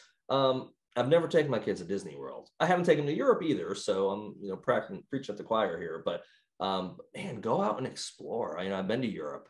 I've not traveled as much as I want, but man, I think when you go see other places, it opens your mind.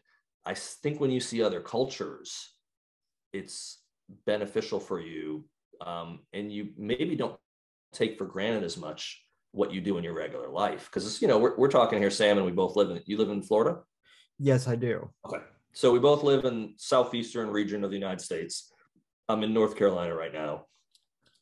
I've traveled love North Carolina. North Carolina's I'm right in the foothills of the mountains. I was up in the mountains twice yesterday for 2 different things I had to do. So I was up and down the mountain. I've driven that. My poor Honda hates going up that mountain probably. And I drive up that mountain. I used to do it every day for work. But yeah, it's a beautiful part of the country. And that's just it. We live in a beautiful place. We live in a country that, for all its warts, for all the negative things I could ramble on for hours about politics and all that, is how many people want for nothing? How many, this is a higher version, obviously. You don't have to see my gut. How many meals have I missed in my life? I've missed 0 meals in my life. Maybe when I was sick or maybe whatever, but have I ever been in a position in life where I couldn't have a meal, even if it was a meager meal, where my mom never was able to feed me when it was just me and my mom? No, I've never been in a situation. And I've actually brought that up to my kids before. Go look at worldwide stats, and they're gonna be correct in my head right now, but look at worldwide stats of how many people don't have running water, don't have a toilet.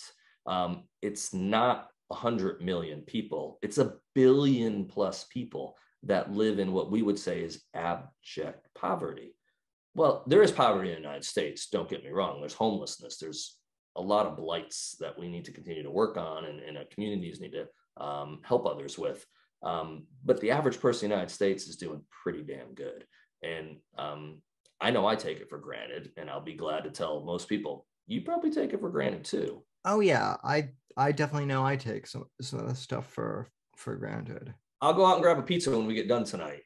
I got the ability to have money in my pocket, drive out, grab a pizza, come back, maybe crack open a beer, watch a little television, and go to sleep, because I only slept 4 hours last night, and have a good night's sleep. And I have heat, I have central air when I need it, I have lights, I have a big screen television. I have all these comforts that for the history of mankind, nobody had. Nobody, you were worried animals were going to get you. You were worried a rival tribe was going to come over and, kill your family and you're going to have to battle them. That's not a concern you typically have to have anymore for majority of people, especially in our country. So, we live in a very, very fortunate time in history. Right. And I think if you travel, circling back to what we were talking about, if you travel and if you see how other people live, maybe you come back and you go, okay, I can probably be a little more grateful. I can probably be a little more humble, because we should be that way. I think one of the things that has happened though, I was talking with a friend about this last night, is I think, and it happens on both sides, but I think the media and the talking heads on both sides are so, we live in a nonstop news cycle where it's, 24 hours. yeah, where it's 24 hours, not, and Absolutely. it's never good news either, or it's Rarely. it's rarely good I agree news. completely. You're always hearing out one bad thing or another, and I think that is something. I haven't read too far into the book yet. I just finished chapter 3, I think it is, but I can kind of tell that if you're going where I think you're going in the bottom, and you do kind of touch on some of the political divisiveness in the book. It Somewhat, gets and worse in it gets worse in book 2, but yes, it absolutely. But yeah, no, the media cycle and we live in an age of technology, which is a blessing and a curse. yeah, We live in an age where everyone's got sound bites, everyone's got 3 or 4 words they want to get out and get to everybody. Um, uh, yeah, it's hard to have kids in this age. My son frequently will say, he's 14. He frequently is like, Dad, you had it made, man. You grew up in the 80s. Because I'd be like, yeah, they'd ask how it does. It's like, yeah, on the weekends you'd go over a friend's house and you'd sleep over. In the mornings you'd get up on Saturday morning, you'd watch cartoons, jump on your bike. I would drive down the road with my friends. We would go to the corner store and get some candy and stuff. And I was told to be home by dinner. My mom wasn't sitting in the front yard watching us going, where are they going? Where are they? No, we were gone for 8 hours. I wouldn't let my kids go out the front door and be gone for 8 hours now. Is the world that much worse? And you can make an argument probably that it is, yes, but or is the fact that when a kid gets kidnapped, my phone buzzes and I get an Amber Alert. And I'm totally drawing a blank. The name of the girl in Florida that was found dead out west. oh, Gabby Petito, Gabby. or Okay, sorry, and yeah, sorry to not remember that name, but that was a huge media story for everywhere, every day, all these stories. And I'm not making light of that fact that that was a media story, or I mean, what that girl's family went through is hell on earth. But during that time period, with that girl missing and then being, found dead, how many American kids were missing? How many are missing right now? The numbers are astronomical, but one person got all the news cycle, and yeah, it's crazy how things happen and the manipulation that takes place with and people. it's funny that you mentioned that, because I brought that up on a live stream podcast Mm-hmm. that I did, and I got flack because people were saying, "Oh, you don't care about, you're making light of," and I'm like, "No, I'm not making light of the fact that she was kidnapped. I just find it interesting that there are probably hundreds of, you know, kids that go missing Yeah. missing per year. There So are, I think I mentioned earlier I took the FBI Citizens Academy class, which was yes, you did. an amazing experience. I wish everyone could take it. You have to be recommended by someone else that's graduated. I could recommend people, honestly, possibly, if it was offered in their area. But I wish more people took it. And one of the sessions we had was about the sex trade, which I've looked into for a book, one that I've started. I've looked into a little bit for an earlier book. Not something I want to look into, especially with having a daughter, with having young kids. But if you look into that trade, that's one of the things that it's not in the body man, but that's one of the things I found that the oil platforms in the Gulf have been used for is human trafficking, Yeah. bringing people up from South America. And guess where they process them? Right down the road, about 2 hours and 45 minutes, called Atlanta, Georgia, which I was in 2 weeks ago. You read these things, and I don't know, as a dad, as someone with a belief system, a conscience, you're like, dear God, is this really occurring? Are guys really doing this to these girls? And people are really selling their kids and all this other stuff. And man, you get down that rabbit hole. Yeah, you want to write a book called The Vigilante, like I did with book 3, which wasn't about that, but it had a little aspect. But it's crazy. It's crazy what happens. And the FBI class, I mean, they talked about the stings they would do for these guys that would be they were pedophiles, looking for young girls or young boys. And man, you're taking that class and you're just getting so blanking mad at other guys, mad at humanity. That's like, oh man, I don't know. That's I think everyone has those issues that really, really bother them. I hope everyone has an issue that they would be bothered by Yeah. pedophilia and child molesters and all that. But I mean, that's the one where you don't want Eric Bishop to become the president of the United States or anyone with a lot of power, because you ain't gonna want the rules that I would probably put in place, because there ain't 3 strikes and you're out. There's 1 strike, and guess what? You won't be doing that shit Yeah. again. Yeah. Ever. Yeah. Ever. Well, hey, listen, if you want to start a presidential campaign based on that, I'll run your campaign I do not want to for be the you. president of the United States. I'll be the body. I'll be the Yeah. body man, but I would not want to be the president of the United States. Not from what I know about the role. No, thank you. Well, I can tell you, just even working with the college Republicans for the brief period, and I mean, I never formally worked for them, but I ran a few clubs, and so I mean, I met a few political people. Some are great, but others are just like, yeah, you realize that both sides of the aisle, people are just really duplicitous. And Yeah. I mean, No, I agree.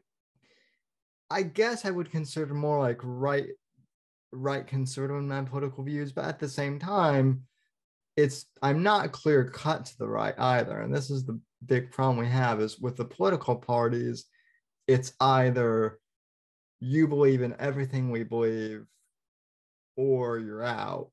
Yeah, And it's kind of like, can be absolutely. most Americans just aren't like that. And most of the people in politics aren't like that either, even though they would have you believe Have you believe that? that. Yeah. No, And absolutely. so, it's kind of like, I wouldn't say I'm disenfranchised with politics, but I mean, in some ways I am. And, it was to the point where I was kind of like, well, I'm just going to step back and kind of reformat the podcast the way I want to. So I did that Right. like five years ago, because I'm like, Yeah.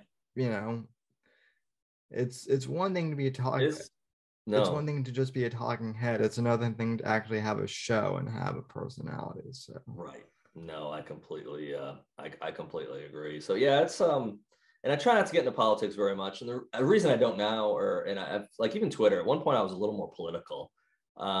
You piss someone off no matter what. oh Whether yeah. you're conservative, the Democrats hate you. If you're a Democrat, the Republicans hate you. And honestly, as I've gotten older, I've become in the middle. I really see both sides. I see it as one snake with 2 heads a lot of times. Oh yeah. And that's the fun part of writing these books, because you can put your beliefs in it or you can put your spin on it. But the fun part about it for me is you can do whatever you want to these jokers. You can do whatever you want to the president of the United States, to the vice president, speaker of the House. I've got a lot of fun things going on in book 2. You can kind of take your angst out on these fake characters and feel like, hey, if I was in charge, or if I was this guy, this is what I could do.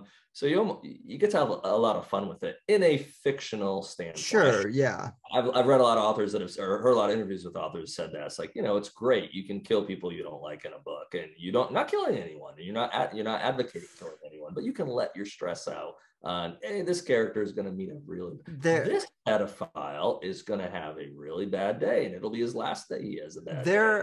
there are definitely some scenes, especially in the terminal list, where I was kind of like, how did this get past the publishing?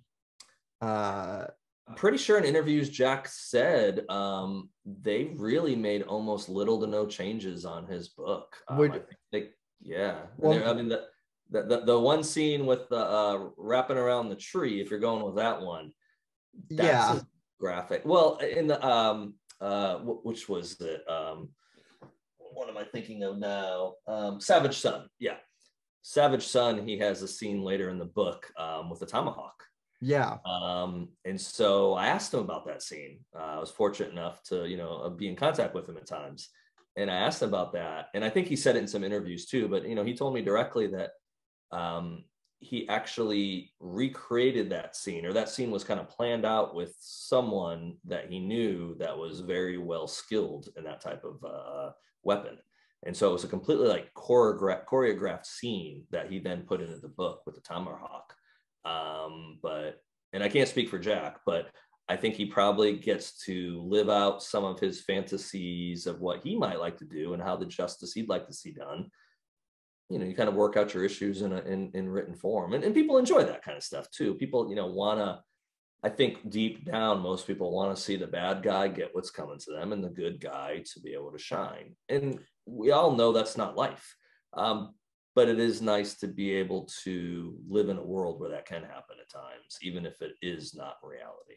sure. I also think though, to have characters with complexity and with flaws as well Absolutely.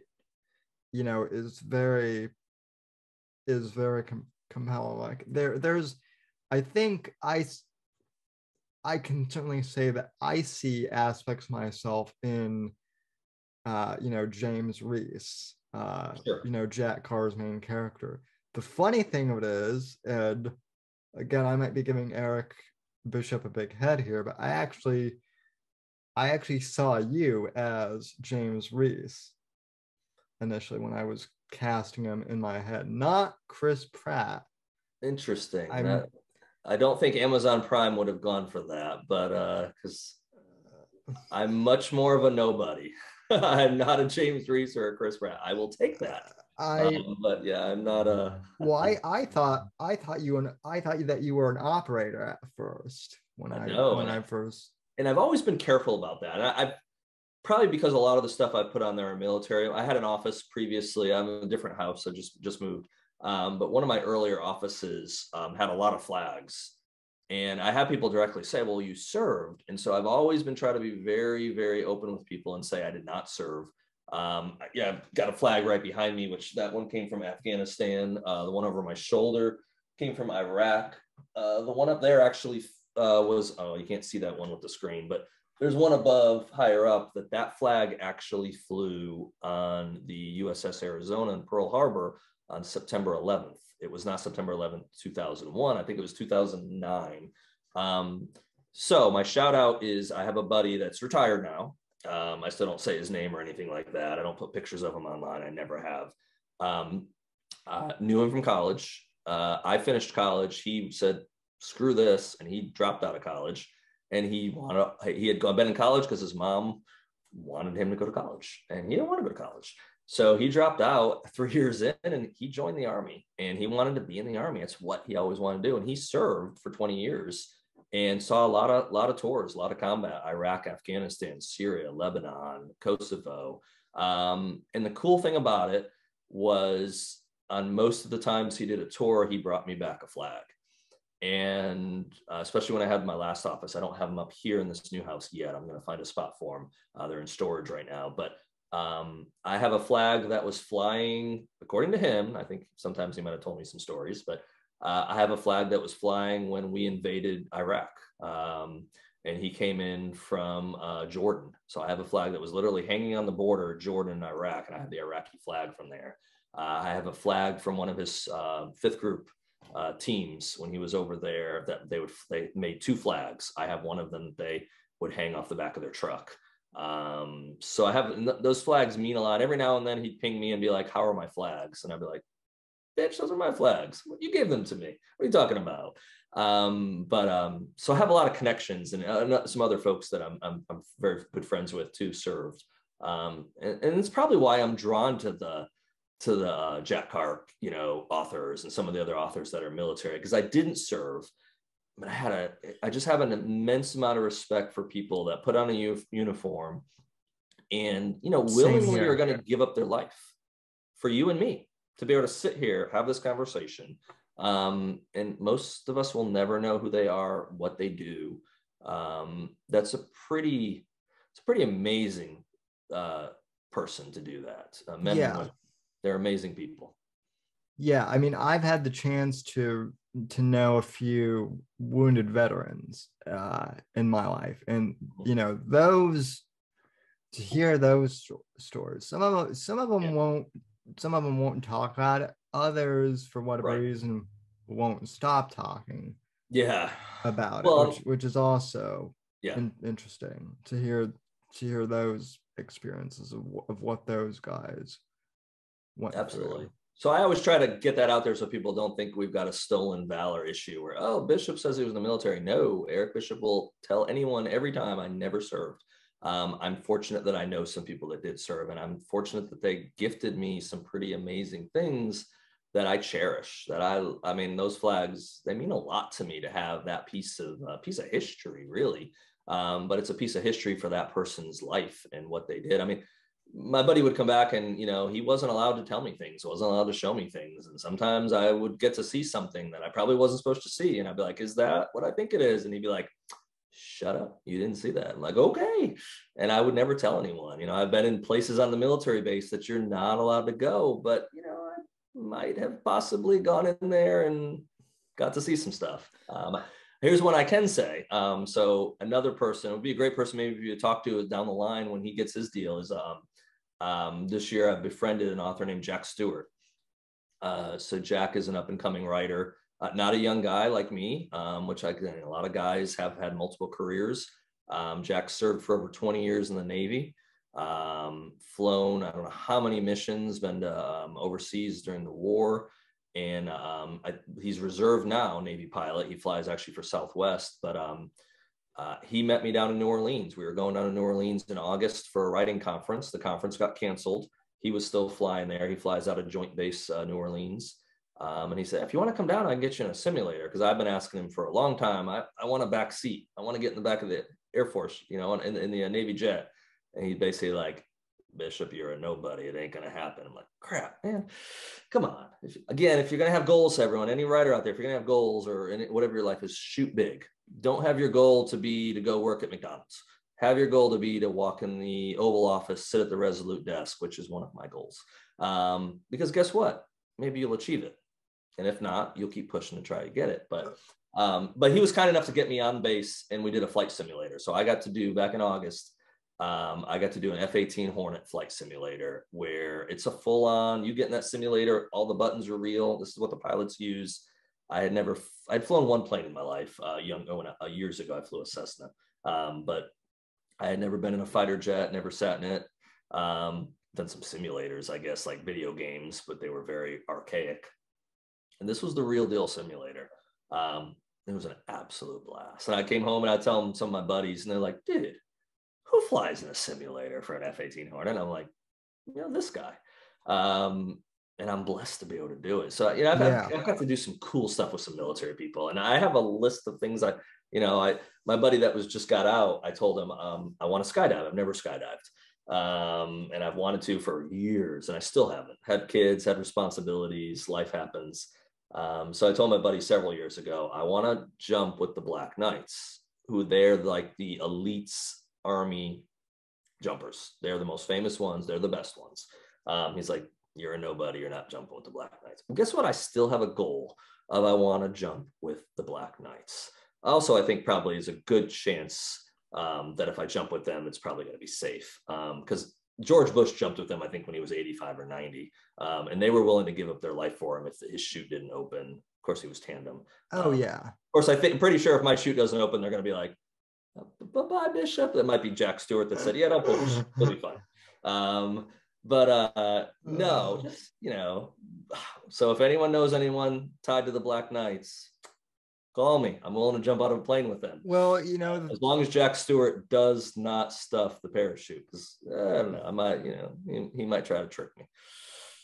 Well, the thing that is you are a published author now. And, now I should be able to do it. You might also get me in the backseat of a fighter pilot now too, right? I'm gonna have Jack watch this interview. Jack, come on, dude, call the Admiral. Listen, the one thing my critics always accuse me of is, oh, you're just a clout chaser, and it's like, well, is clout chasing? I mean, for the sake of clout chasing, isn't good, but if you have clout chasing for a purpose, then is it really that bad? So maybe you'll you'll get invited to jump with the Black Knights or something along. I'll tell you a secret, Sam. I will. I will. It'll happen. Yeah. It'll happen. And you know how it's not going to happen? Is if I say, nah, that's not going to happen. I'm never going to ask anyone for that. I'm never going to tell anyone I want to do that.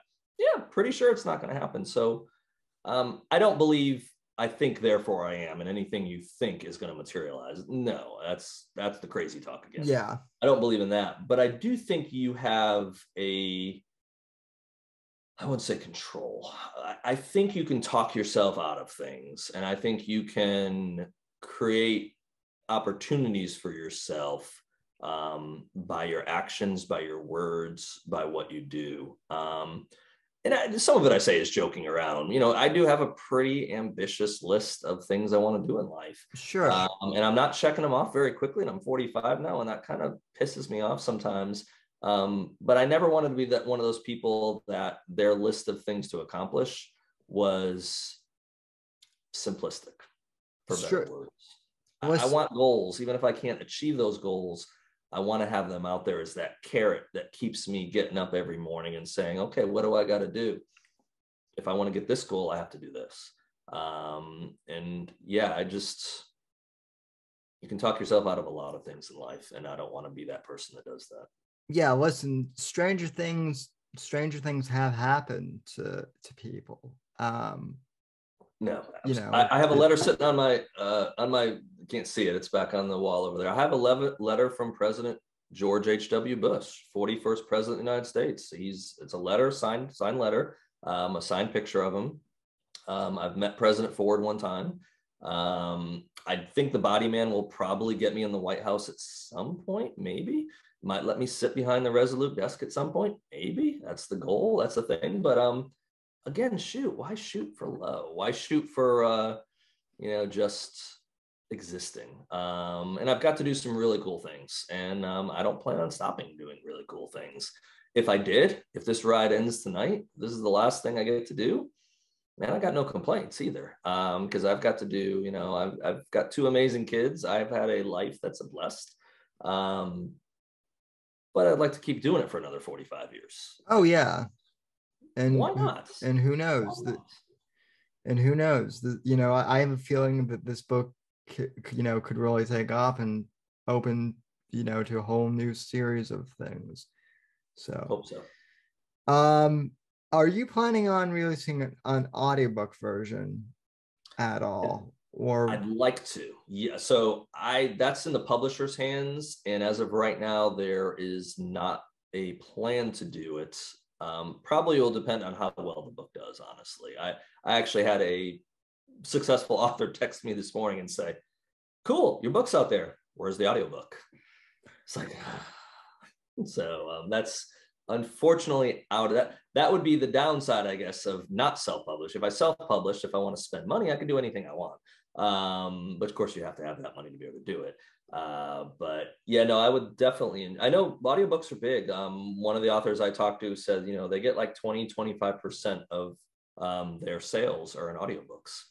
Yeah, well, I'm a huge audiobook listener, and half jokingly, I was going to ask too, well, who in your publishing company do I need to call and badger to get an audiobook? I'll after this I'll give you the publisher's information. Tell them. I think that would help if people came out and told the publisher, hey, we want an audiobook. If enough people wanted it, it'd probably be a good reason to do it. And, we're 2 days into the sales. First thing I told the publisher is, I don't want to know. I don't want to know my sales numbers. And maybe some people want to know, and they're out there looking at Amazon. What are my ranking? I was like, I don't want to know. I'm either going to be really excited or really disappointed. And right now, my job is to try to sell this book, tell about the Body Man, write the other book. I don't want to have numbers screwing with my head. So I think it will sell well, and I think it will be sustained. So I'm not looking for the first. I'm not going to be a bestseller, anything like that. The Body Man's a smaller publisher. I don't have mass distribution in every bookstore and all that. I'm online. I'm on Barnes and Noble. I'm on Amazon. You can buy every version but the audiobook.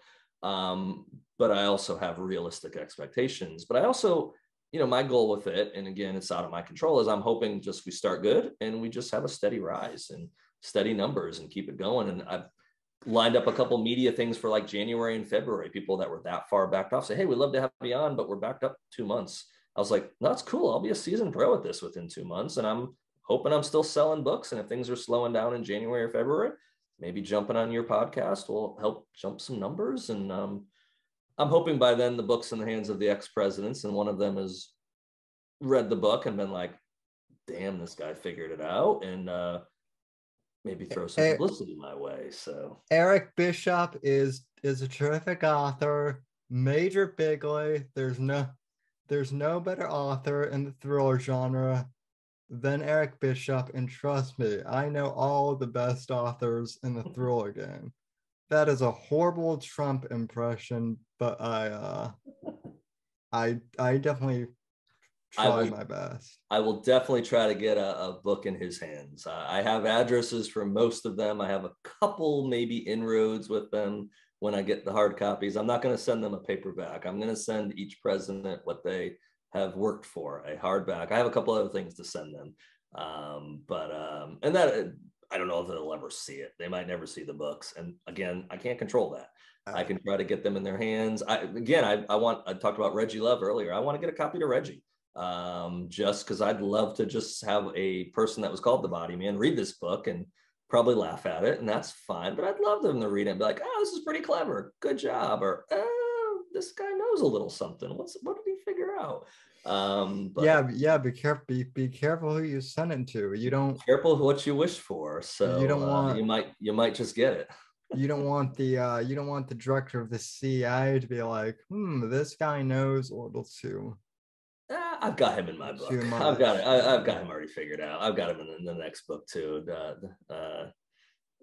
DNI is the big character, the Director of National Intelligence. That one, that's a fun one to write. I've got that actually. The DNI is actually named after someone that means a lot to me. So I use someone's name, and again, like I was saying earlier, that's the fun part. Cool. To be able to put some names in that might not mean anything to anybody else, but to me, they're a big deal. So. Well, if you ever need to base anyone off of like a media personality, I'll give you the rights to use my my name. And well, I will say this because you're gonna put this out here, so I haven't put the video out yet. I put it in my newsletter, but I don't think my newsletter gets that much traction. I did a contest that ended on Pub Day or that night. I was trying to get people to buy the advanced copy. And I said, if you buy the advanced copy, you send in proof of purchase. I'm going to run a contest and you can be a character in Breach of Trust. That's the title of the second book. And and people do that all the time. That's not a unique contest.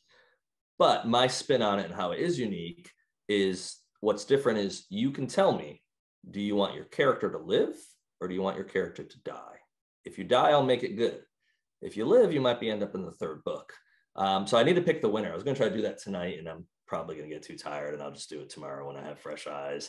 But I need to pick the winner for that one. But I got a good turnout, and I've had quite a few people say, well, I didn't, the ebook was, you weren't able to pre-order all the versions just because of some stuff going on, and the ebook was. And I had a lot of people say, I don't want to buy the ebook, but I want to be in your next book. I said, well, you know what? I got to kill people and I got to have character names, and the book's not far enough along that I'd have to go make a lot of changes. I I can do it again. So we're going to start a contest. I got a video I've shot. I need to put it out there maybe tomorrow. We'll do a contest starting with pub day, starting with if you bought the book yesterday, that people can send in proof of purchase. I'll give them an email address for that. And if they want to be a character in Breach of Trust, again, this is the second go at it. You get to choose if you live or die. The other contest I'm going to do involves one of these coins, and what I'm going to have everyone do, whoever's interested, and it's going to drag on a little bit because the hardcovers aren't in everyone's hands yet. The paperbacks are getting in the mail. I got mine today. But anyone that buys a copy of the book, whether it's the paperback, the ebook, or the hardcover, starting on pub day and going forward until December 15th, if you buy a copy of the book, I want you to take a picture of it. Not like this, because this isn't a very good picture, but I want you to take a picture that's going to make me impressed, that I'm going to really like. You got to be in it, and the book has to be in it. Impress me. Do something cool. You do that, I will send you a hardcover signed personalized book, and I'll send you one of these. There's not very many of these made. I'll send you a personal challenge coin. I'd love to see what people come up with. And again, not necessarily other authors have done that. And they've gotten some really cool response. And it's just cool. I got right before I came on tonight, Dr. Jason Piccolo, who I was on his podcast. Jason does The Protectors, great podcast. Great guy. Someone that's served, someone that's been in the military, and someone that's really put their life on the line, and been one of those people that I really respect a lot, and that really supports law enforcement. He bleeds law enforcement. He posted a picture with his book. He got his book today, and he posted a picture, and I've jumped on. I'm sure there's messages since then. I haven't looked at Twitter in hours.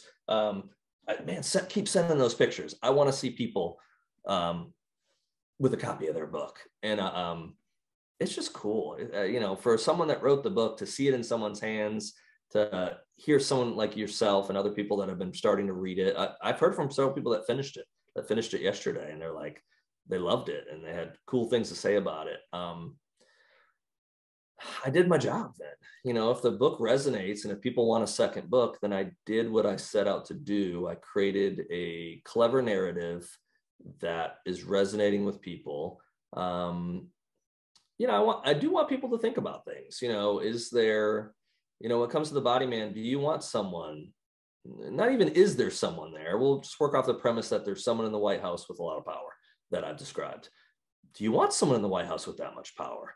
Do you want someone that will step in and prevent the president from doing something or clean something up the president did? And, I had to figure out, and I had to learn, what was the backstory of the body man? When did it start? I know exactly the moment it started. That's actually the first chapter in the third book, actually, which is the only chapter in the third book I've written, is the start of this whole body man era. And the cool thing about the concept too is, because the body man is not just one person, because that person's there's time ends and another person steps in, I can do some interesting stories with it being different characters. I've already got the next body man picked out and developed in written form and in my head. So that's pretty cool. It's fun to play on this. I don't know how long I'll do this. I'm kind of on the fence. I'm a huge Vince Flynn fan. Kyle Mills, when Vince died, I think a lot of people were extremely sad, and myself one of them, because every year when that book came out, I would devour that thing in a day. Oh man, I loved reading his books. And when he passed on, that sucked. It sucked, of course, for his family, but it sucked for the readers and the fans. And when Kyle stepped in, I was kind of like, goodness, I wonder how this is going to go. And, Kyle's, besides being a stand-up guy, he is a phenomenal writer. And, but that series has gone on a long time. And man, do I want to write a series that long? And I'm not saying that I would be able to, that I'd have that opportunity. But if I had that opportunity, do I want to write 20 books of the same character? And I don't know. I honestly don't know if I'd want to. I like the freshness. I like the fact that the body man changes out. I got a different person, because they're all so very different. Even though they have to follow a certain criteria, they're all very different individuals. And, and this is not a plot point, but just, off the cuff, what if you get a body man in there that isn't exactly who they seem? What if you got someone there with that much power that, they can do something with it that might not be good for the country? There's a million things. I don't know if Chris Haughey, Deep State. That's a book that I was able to get an advanced copy. Chris did, and I know I've talked to Chris. I did a podcast with him a while ago, and then we've had just interactions. And as someone that's achieved success at a later stage in life, Chris isn't 30 years old. He's been a screenwriter for a long time, and just came out with this book that just bowled people over. And the things he did in that book weren't what most people did. And, I think we were talking about it earlier. We might not have been, but talk about characters. What a neat thing that Chris did in his books, and especially in Deep State, first time he did it, is you have a lot of you need minor characters. Someone goes somewhere, they're going to interact with someone. And that person comes on for a page, a chapter, a paragraph, and they're gone. Well, what Chris really did, if you've read that or if you recall, is for some of those minor characters, he'd kind of give you and after that moment, this is what happened to them. They went on to do this. They died in a fiery car wreck. I don't remember all the details of what he did with his characters, but he kind of gave you a glimpse, forlorning of what's going to occur in the future for them, which was a really cool thing to do. And I always love seeing someone take a genre I think I know and then give it a little twist. Oh, they're doing that now. And it keeps it fresh. And I'm hoping that's what The Body Man does. I hope it's a fresh take on a political thriller, because I don't want it to be stale. I don't want people to know what's going on after 3 chapters. I want people to, when some of the reveals happen, to be like, I didn't see that coming. I do have an idea for a potential plot, maybe down the line, if you're interested. I'm not sure if it's something that. Are you looking for royalties here or something, Sam? What's going on? No, I've got my own. I've got my own books. I've got my own novella series for that. But there's a whole ideas where it could be taken. There's a whole bunch of that's the fun thing about writing these is and the other thing with the Body Man and kind of the idea of having multiple people. I know this isn't exactly the same thing, but as you're talking about the different personalities, that reminded me a bit of what they've done with James Bond over the past. Oh yeah, James Bond's done some pretty dramatic changes, really. So yeah, including the fact that but by now I'm pretty sure everyone knows that is this the new movie? Yeah, don't say it. I haven't seen it. Don't ruin it for me, Sam. I have a 2-hour spoiler-filled podcast. I'm not watching that one, Sam. I'm not listening to that one. I haven't seen it yet. I was gonna go to the theater, and then I saw how long it was. I'm getting old. I've fallen. I fell asleep during Deadpool 2. How old am I that Deadpool? Now, I was with guys from Fifth Group, and it was a theater outside of Fort Campbell. It was hot. The air conditioner broke. So we're in this theater, and it's like 82 degrees, and I'm old. So, the guy next to me is 29. He's fine. I lay down, and I'm sitting there in the theater, and all I know is I open my eyes, and I'm like, what did I miss? I didn't know how long I slept through. My buddy next to me, I look at him, he's just straight on watching the movie, and I'm kind of like, what do you want? He didn't, I don't know if he even realized us. I wasn't snoring at the time, I guess. So I went back and saw Deadpool like a couple weeks later, back when I went home with another buddy. And I was like, and I kind of nudged him. I was like, I fell asleep during this. I got to see how much I missed. What did I miss? So I get to the part where I don't remember anymore. I nudge him. I was like, okay, I fell asleep at this point. I don't remember this part. I watched for 45 minutes, Sam. And then finally I remembered that next part. I'm like, holy crap, I slept through half the movie. So yeah, 3-hour movies. I think No Time to Die is 3 hours. That's going to be that's going to be an online watching that I can maybe watch it twice, because if I start that too late, I'm not going to stay awake. It doesn't feel like two and a it doesn't feel like It two and a doesn't half. feel that long. Okay. The other thing too is they just released it on rental. So if you have like Amazon or iTunes or Oh yeah, something, yeah, yeah. you Okay. can you can rent it now. Okay. I might have to catch it at some point then on rental. So I mean, have you seen Craig's Bond before? I'm I've assuming seen you. all the other ones besides this one, yes. And I've gone to the theater to see the last couple. I think I have. I know I have at least two or three over there in the movie case. Yeah, so I've seen him. I think he's. I mean, I don't know. I don't get into the ranking ones for those. I know which ones I don't kind of like. But I think Craig's done it. I think he kind of revitalized the franchise. Honestly, Yeah, I, Craig is the one who actually got me interested in reading the original Ian Fleming oh, novels, that's awesome.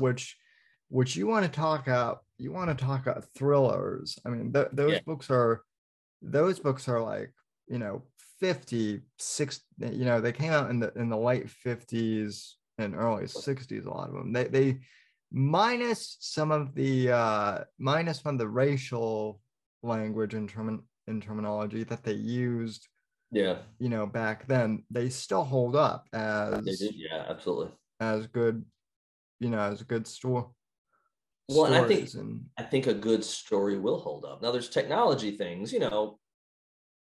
40 years ago there wasn't cell phones. Books now have cell phones. Well, that's the way we communicate. You can't skirt that now and say, and he ran off to his office and picked up his rotary phone. No, the fact is that we all have phones in our pockets that can pretty much do anything we want, turn our lights on, start our car. I mean, whatever you think of, you pretty much have an app for now. So they get dated because of that. But a good story transcends the dates. A yeah, good story will hold up 50 years later. I mean, I mentioned earlier when we talked that the first thing I started doing was writing poetry. Why did I write poetry? Because I liked William Shakespeare. I have his leather-bound complete works at the bottom of my shelf. Um, William Shakespeare was a long, long, long time ago, and it's Old English. It's hard to read, but what William Shakespeare told has held up for hundreds of years. Well, that's a true storyteller that can tell a story that transcends their lifespan. yeah. Well, and even like even like the great American authors, and I mean, I would consider Clancy to be one of those, certainly. And I, So and would I I. and I don't want to give him a big head, but I think Jack Carr could be on his way to becoming one of those, uh, great American authors, certainly of the post 9/11 Sure, no, I can era. completely resonate with that. That statement resonates absolutely. And I mean, So I think I think based on what I know, he would kind of be like, oh shucks, and because he seems kind of, he's pretty humble yeah, guy, pretty humble yeah, guy. Yeah, but he doesn't have a big head. If well, he and does, he hides it very, very well. But he doesn't have a big head. Trust me. and I mean, that's the other just thing from my perspective too, is like reading political thrillers like from the Cold War, like the John le Carre Mm-hmm. books and whatnot, and then reading the post. I mean, I was born in the mid 90s, so I sort of remember. I was born in Yes, son. Should 95. I say yes, son? I was You're a little younger than me. I was born in 95, so I Okay. kind of remember. I remember a little bit of what the world was like pre 9/11, and Yeah. then I definitely remember the world before smartphones. But now there's a whole generation of kids doesn't even You don't? remember that doesn't even remember the internet pre Facebook, and I'm kind of Oh, like, there's a whole generation that doesn't even recall. I mean, there's a generation that doesn't know what 9/11 is now. You'd say 9/11, they're like, what do you mean 9/11? Like 9/11, 2001, 9/11. They're like, what? I mean, I've met people that have said that. Kids, young people, not 5-year-olds either. So yeah, it's kind of, yeah. clearly I graduated high school in 94. So I remember life before 9/11. I traveled a lot before 9/11. I was in Europe before 9/11. Yeah, the world has changed dramatically just in my lifespan, especially from a technology standpoint. From technology, my kids sometimes will mention something about cell phones, and they don't have cell phones. My daughter will mention, oh, she mentioned it last night. Daddy, when I turn 16, you're gonna buy a cell phone. I'm like, you can buy your own cell phone. What? And I said, I bought my own cell phone. I was 18 or 19. I have to think about it. It was this old bulky Verizon phone that I used and I had to pay for minutes, and you only had 80 minutes or 100 minutes and you couldn't text. I think you could text, but it was like click, click, click, click. Yeah, it's well, I'll be driving, Dad. I need to, what if I break down? I don't know. I got 6 years. I'll think about that. I'll think about what we're gonna do. I'm just, of course, I also tell her, well, you're gonna live with Dad till you're 35. Yeah, no, I'll drive you wherever you gotta go, and I'll drive you back home. And this is a bad world, and there's bad people out there, and Yeah, I don't want to have to go to federal prison at some point because someone decided to mess with you, and I don't trust the yeah, league. and by the way, Dad's not afraid to go to jail either. So Dad has a shovel, a roll of duct tape, and no conscience. You're well, coming. You're coming. and Dad's nickname is the Body Man too. That ought to, or no. So let's keep that straight. I am not the Body Man. I know the Body Man. The Body Man happens to tell me his stories, and I put him out there for people, but I am not the Body Man. However, I know the Body Man, and I know some pretty badasses. Oh yeah, I know. I can Yeah. make some phone calls. Oh yeah. So, all right, sir. Well, again, I really appreciate you coming on. And Thank you for having me, Sam. I enjoyed our talk. where can people find you at, Great question. and where can people get this book? So probably the easiest way, and I do want to support local. So we're not spread out just with a smaller publisher. I don't know what local stores I will or will not be in. If you can get it from your local bookstore and go down there and ask them to order it, I would encourage you to do that. I'm going to be working with a local bookstore for signed copies here close to my house. For what most people do, and I mean, I ordered a book from them, is Amazon's probably the easiest. If you go to Amazon search bar, type in The Body Man, Eric Bishop. The Body Man, Eric Bishop will pull up my book first. You can get the ebook, paperback, hardback. They'll be at your house pretty darn soon. And Barnes & Noble has it as well. They have the hardback and the paperback on Barnes & Noble's website. I checked that actually a few hours ago, make sure that all looked good. And there'll be other locations. Probably if you go to Google and type in The Body Man, Eric Bishop, it'll probably go to shopping, and other bookstores will have it. And then I also have a website. It's my name, ericpbishop.com. P stands for Paul. Just think of the Beatles. So ericpbishop.com. I don't keep it updated with everything, but it has links to everything. It has links to blog entries I've done. It has links to the books, the book being sold, and where to go get copies of it. Tells a little bit about me. Tells a little bit about my adventure, where I've been. I've got a page that kind of helps show some pictures and some of the places I've been fortunate to travel. I'm on Twitter. Twitter is my most common. I'm at EPB author, my initials, EPB author. On Facebook, Eric P. Bishop author on Facebook. Instagram, same thing, EPB author for Instagram. I'm on Twitter the most. If people want to connect with me, follow me. I'll follow you back. Yeah, you can direct message me from Twitter. Facebook, I'll probably get in touch with you, but I haven't checked Facebook in a couple of days, and I know there's a lot of messages. It's just I hadn't got to it. I was going to try to get to it tonight. I might get to it on Saturday at the rate I'm going. Instagram, I don't have a huge following, so I'm definitely on Instagram, but it's an easy fix. I can go there in a couple minutes and like a few things and reply. So, well, yeah, well, for me, what's interesting is, did we lose you? Okay, I think we lost Eric. So anyway, folks, I guess that will do it then. Hold on, I might be getting a message. Yeah, his computer just died. Well, at any rate, then I think that'll do it for Eric P. Bishop. So Eric, if you're listening to this, thank you for coming on. And yeah, folks, you can check out his books on Amazon or wherever you get your books. And I want to thank him for coming on. And folks, I will see you tomorrow on the Whitfield Report for the Saturday show. Until then, take care. God bless. God save this great nation. God, for no legacy in that order. And I'll see you on the next episode.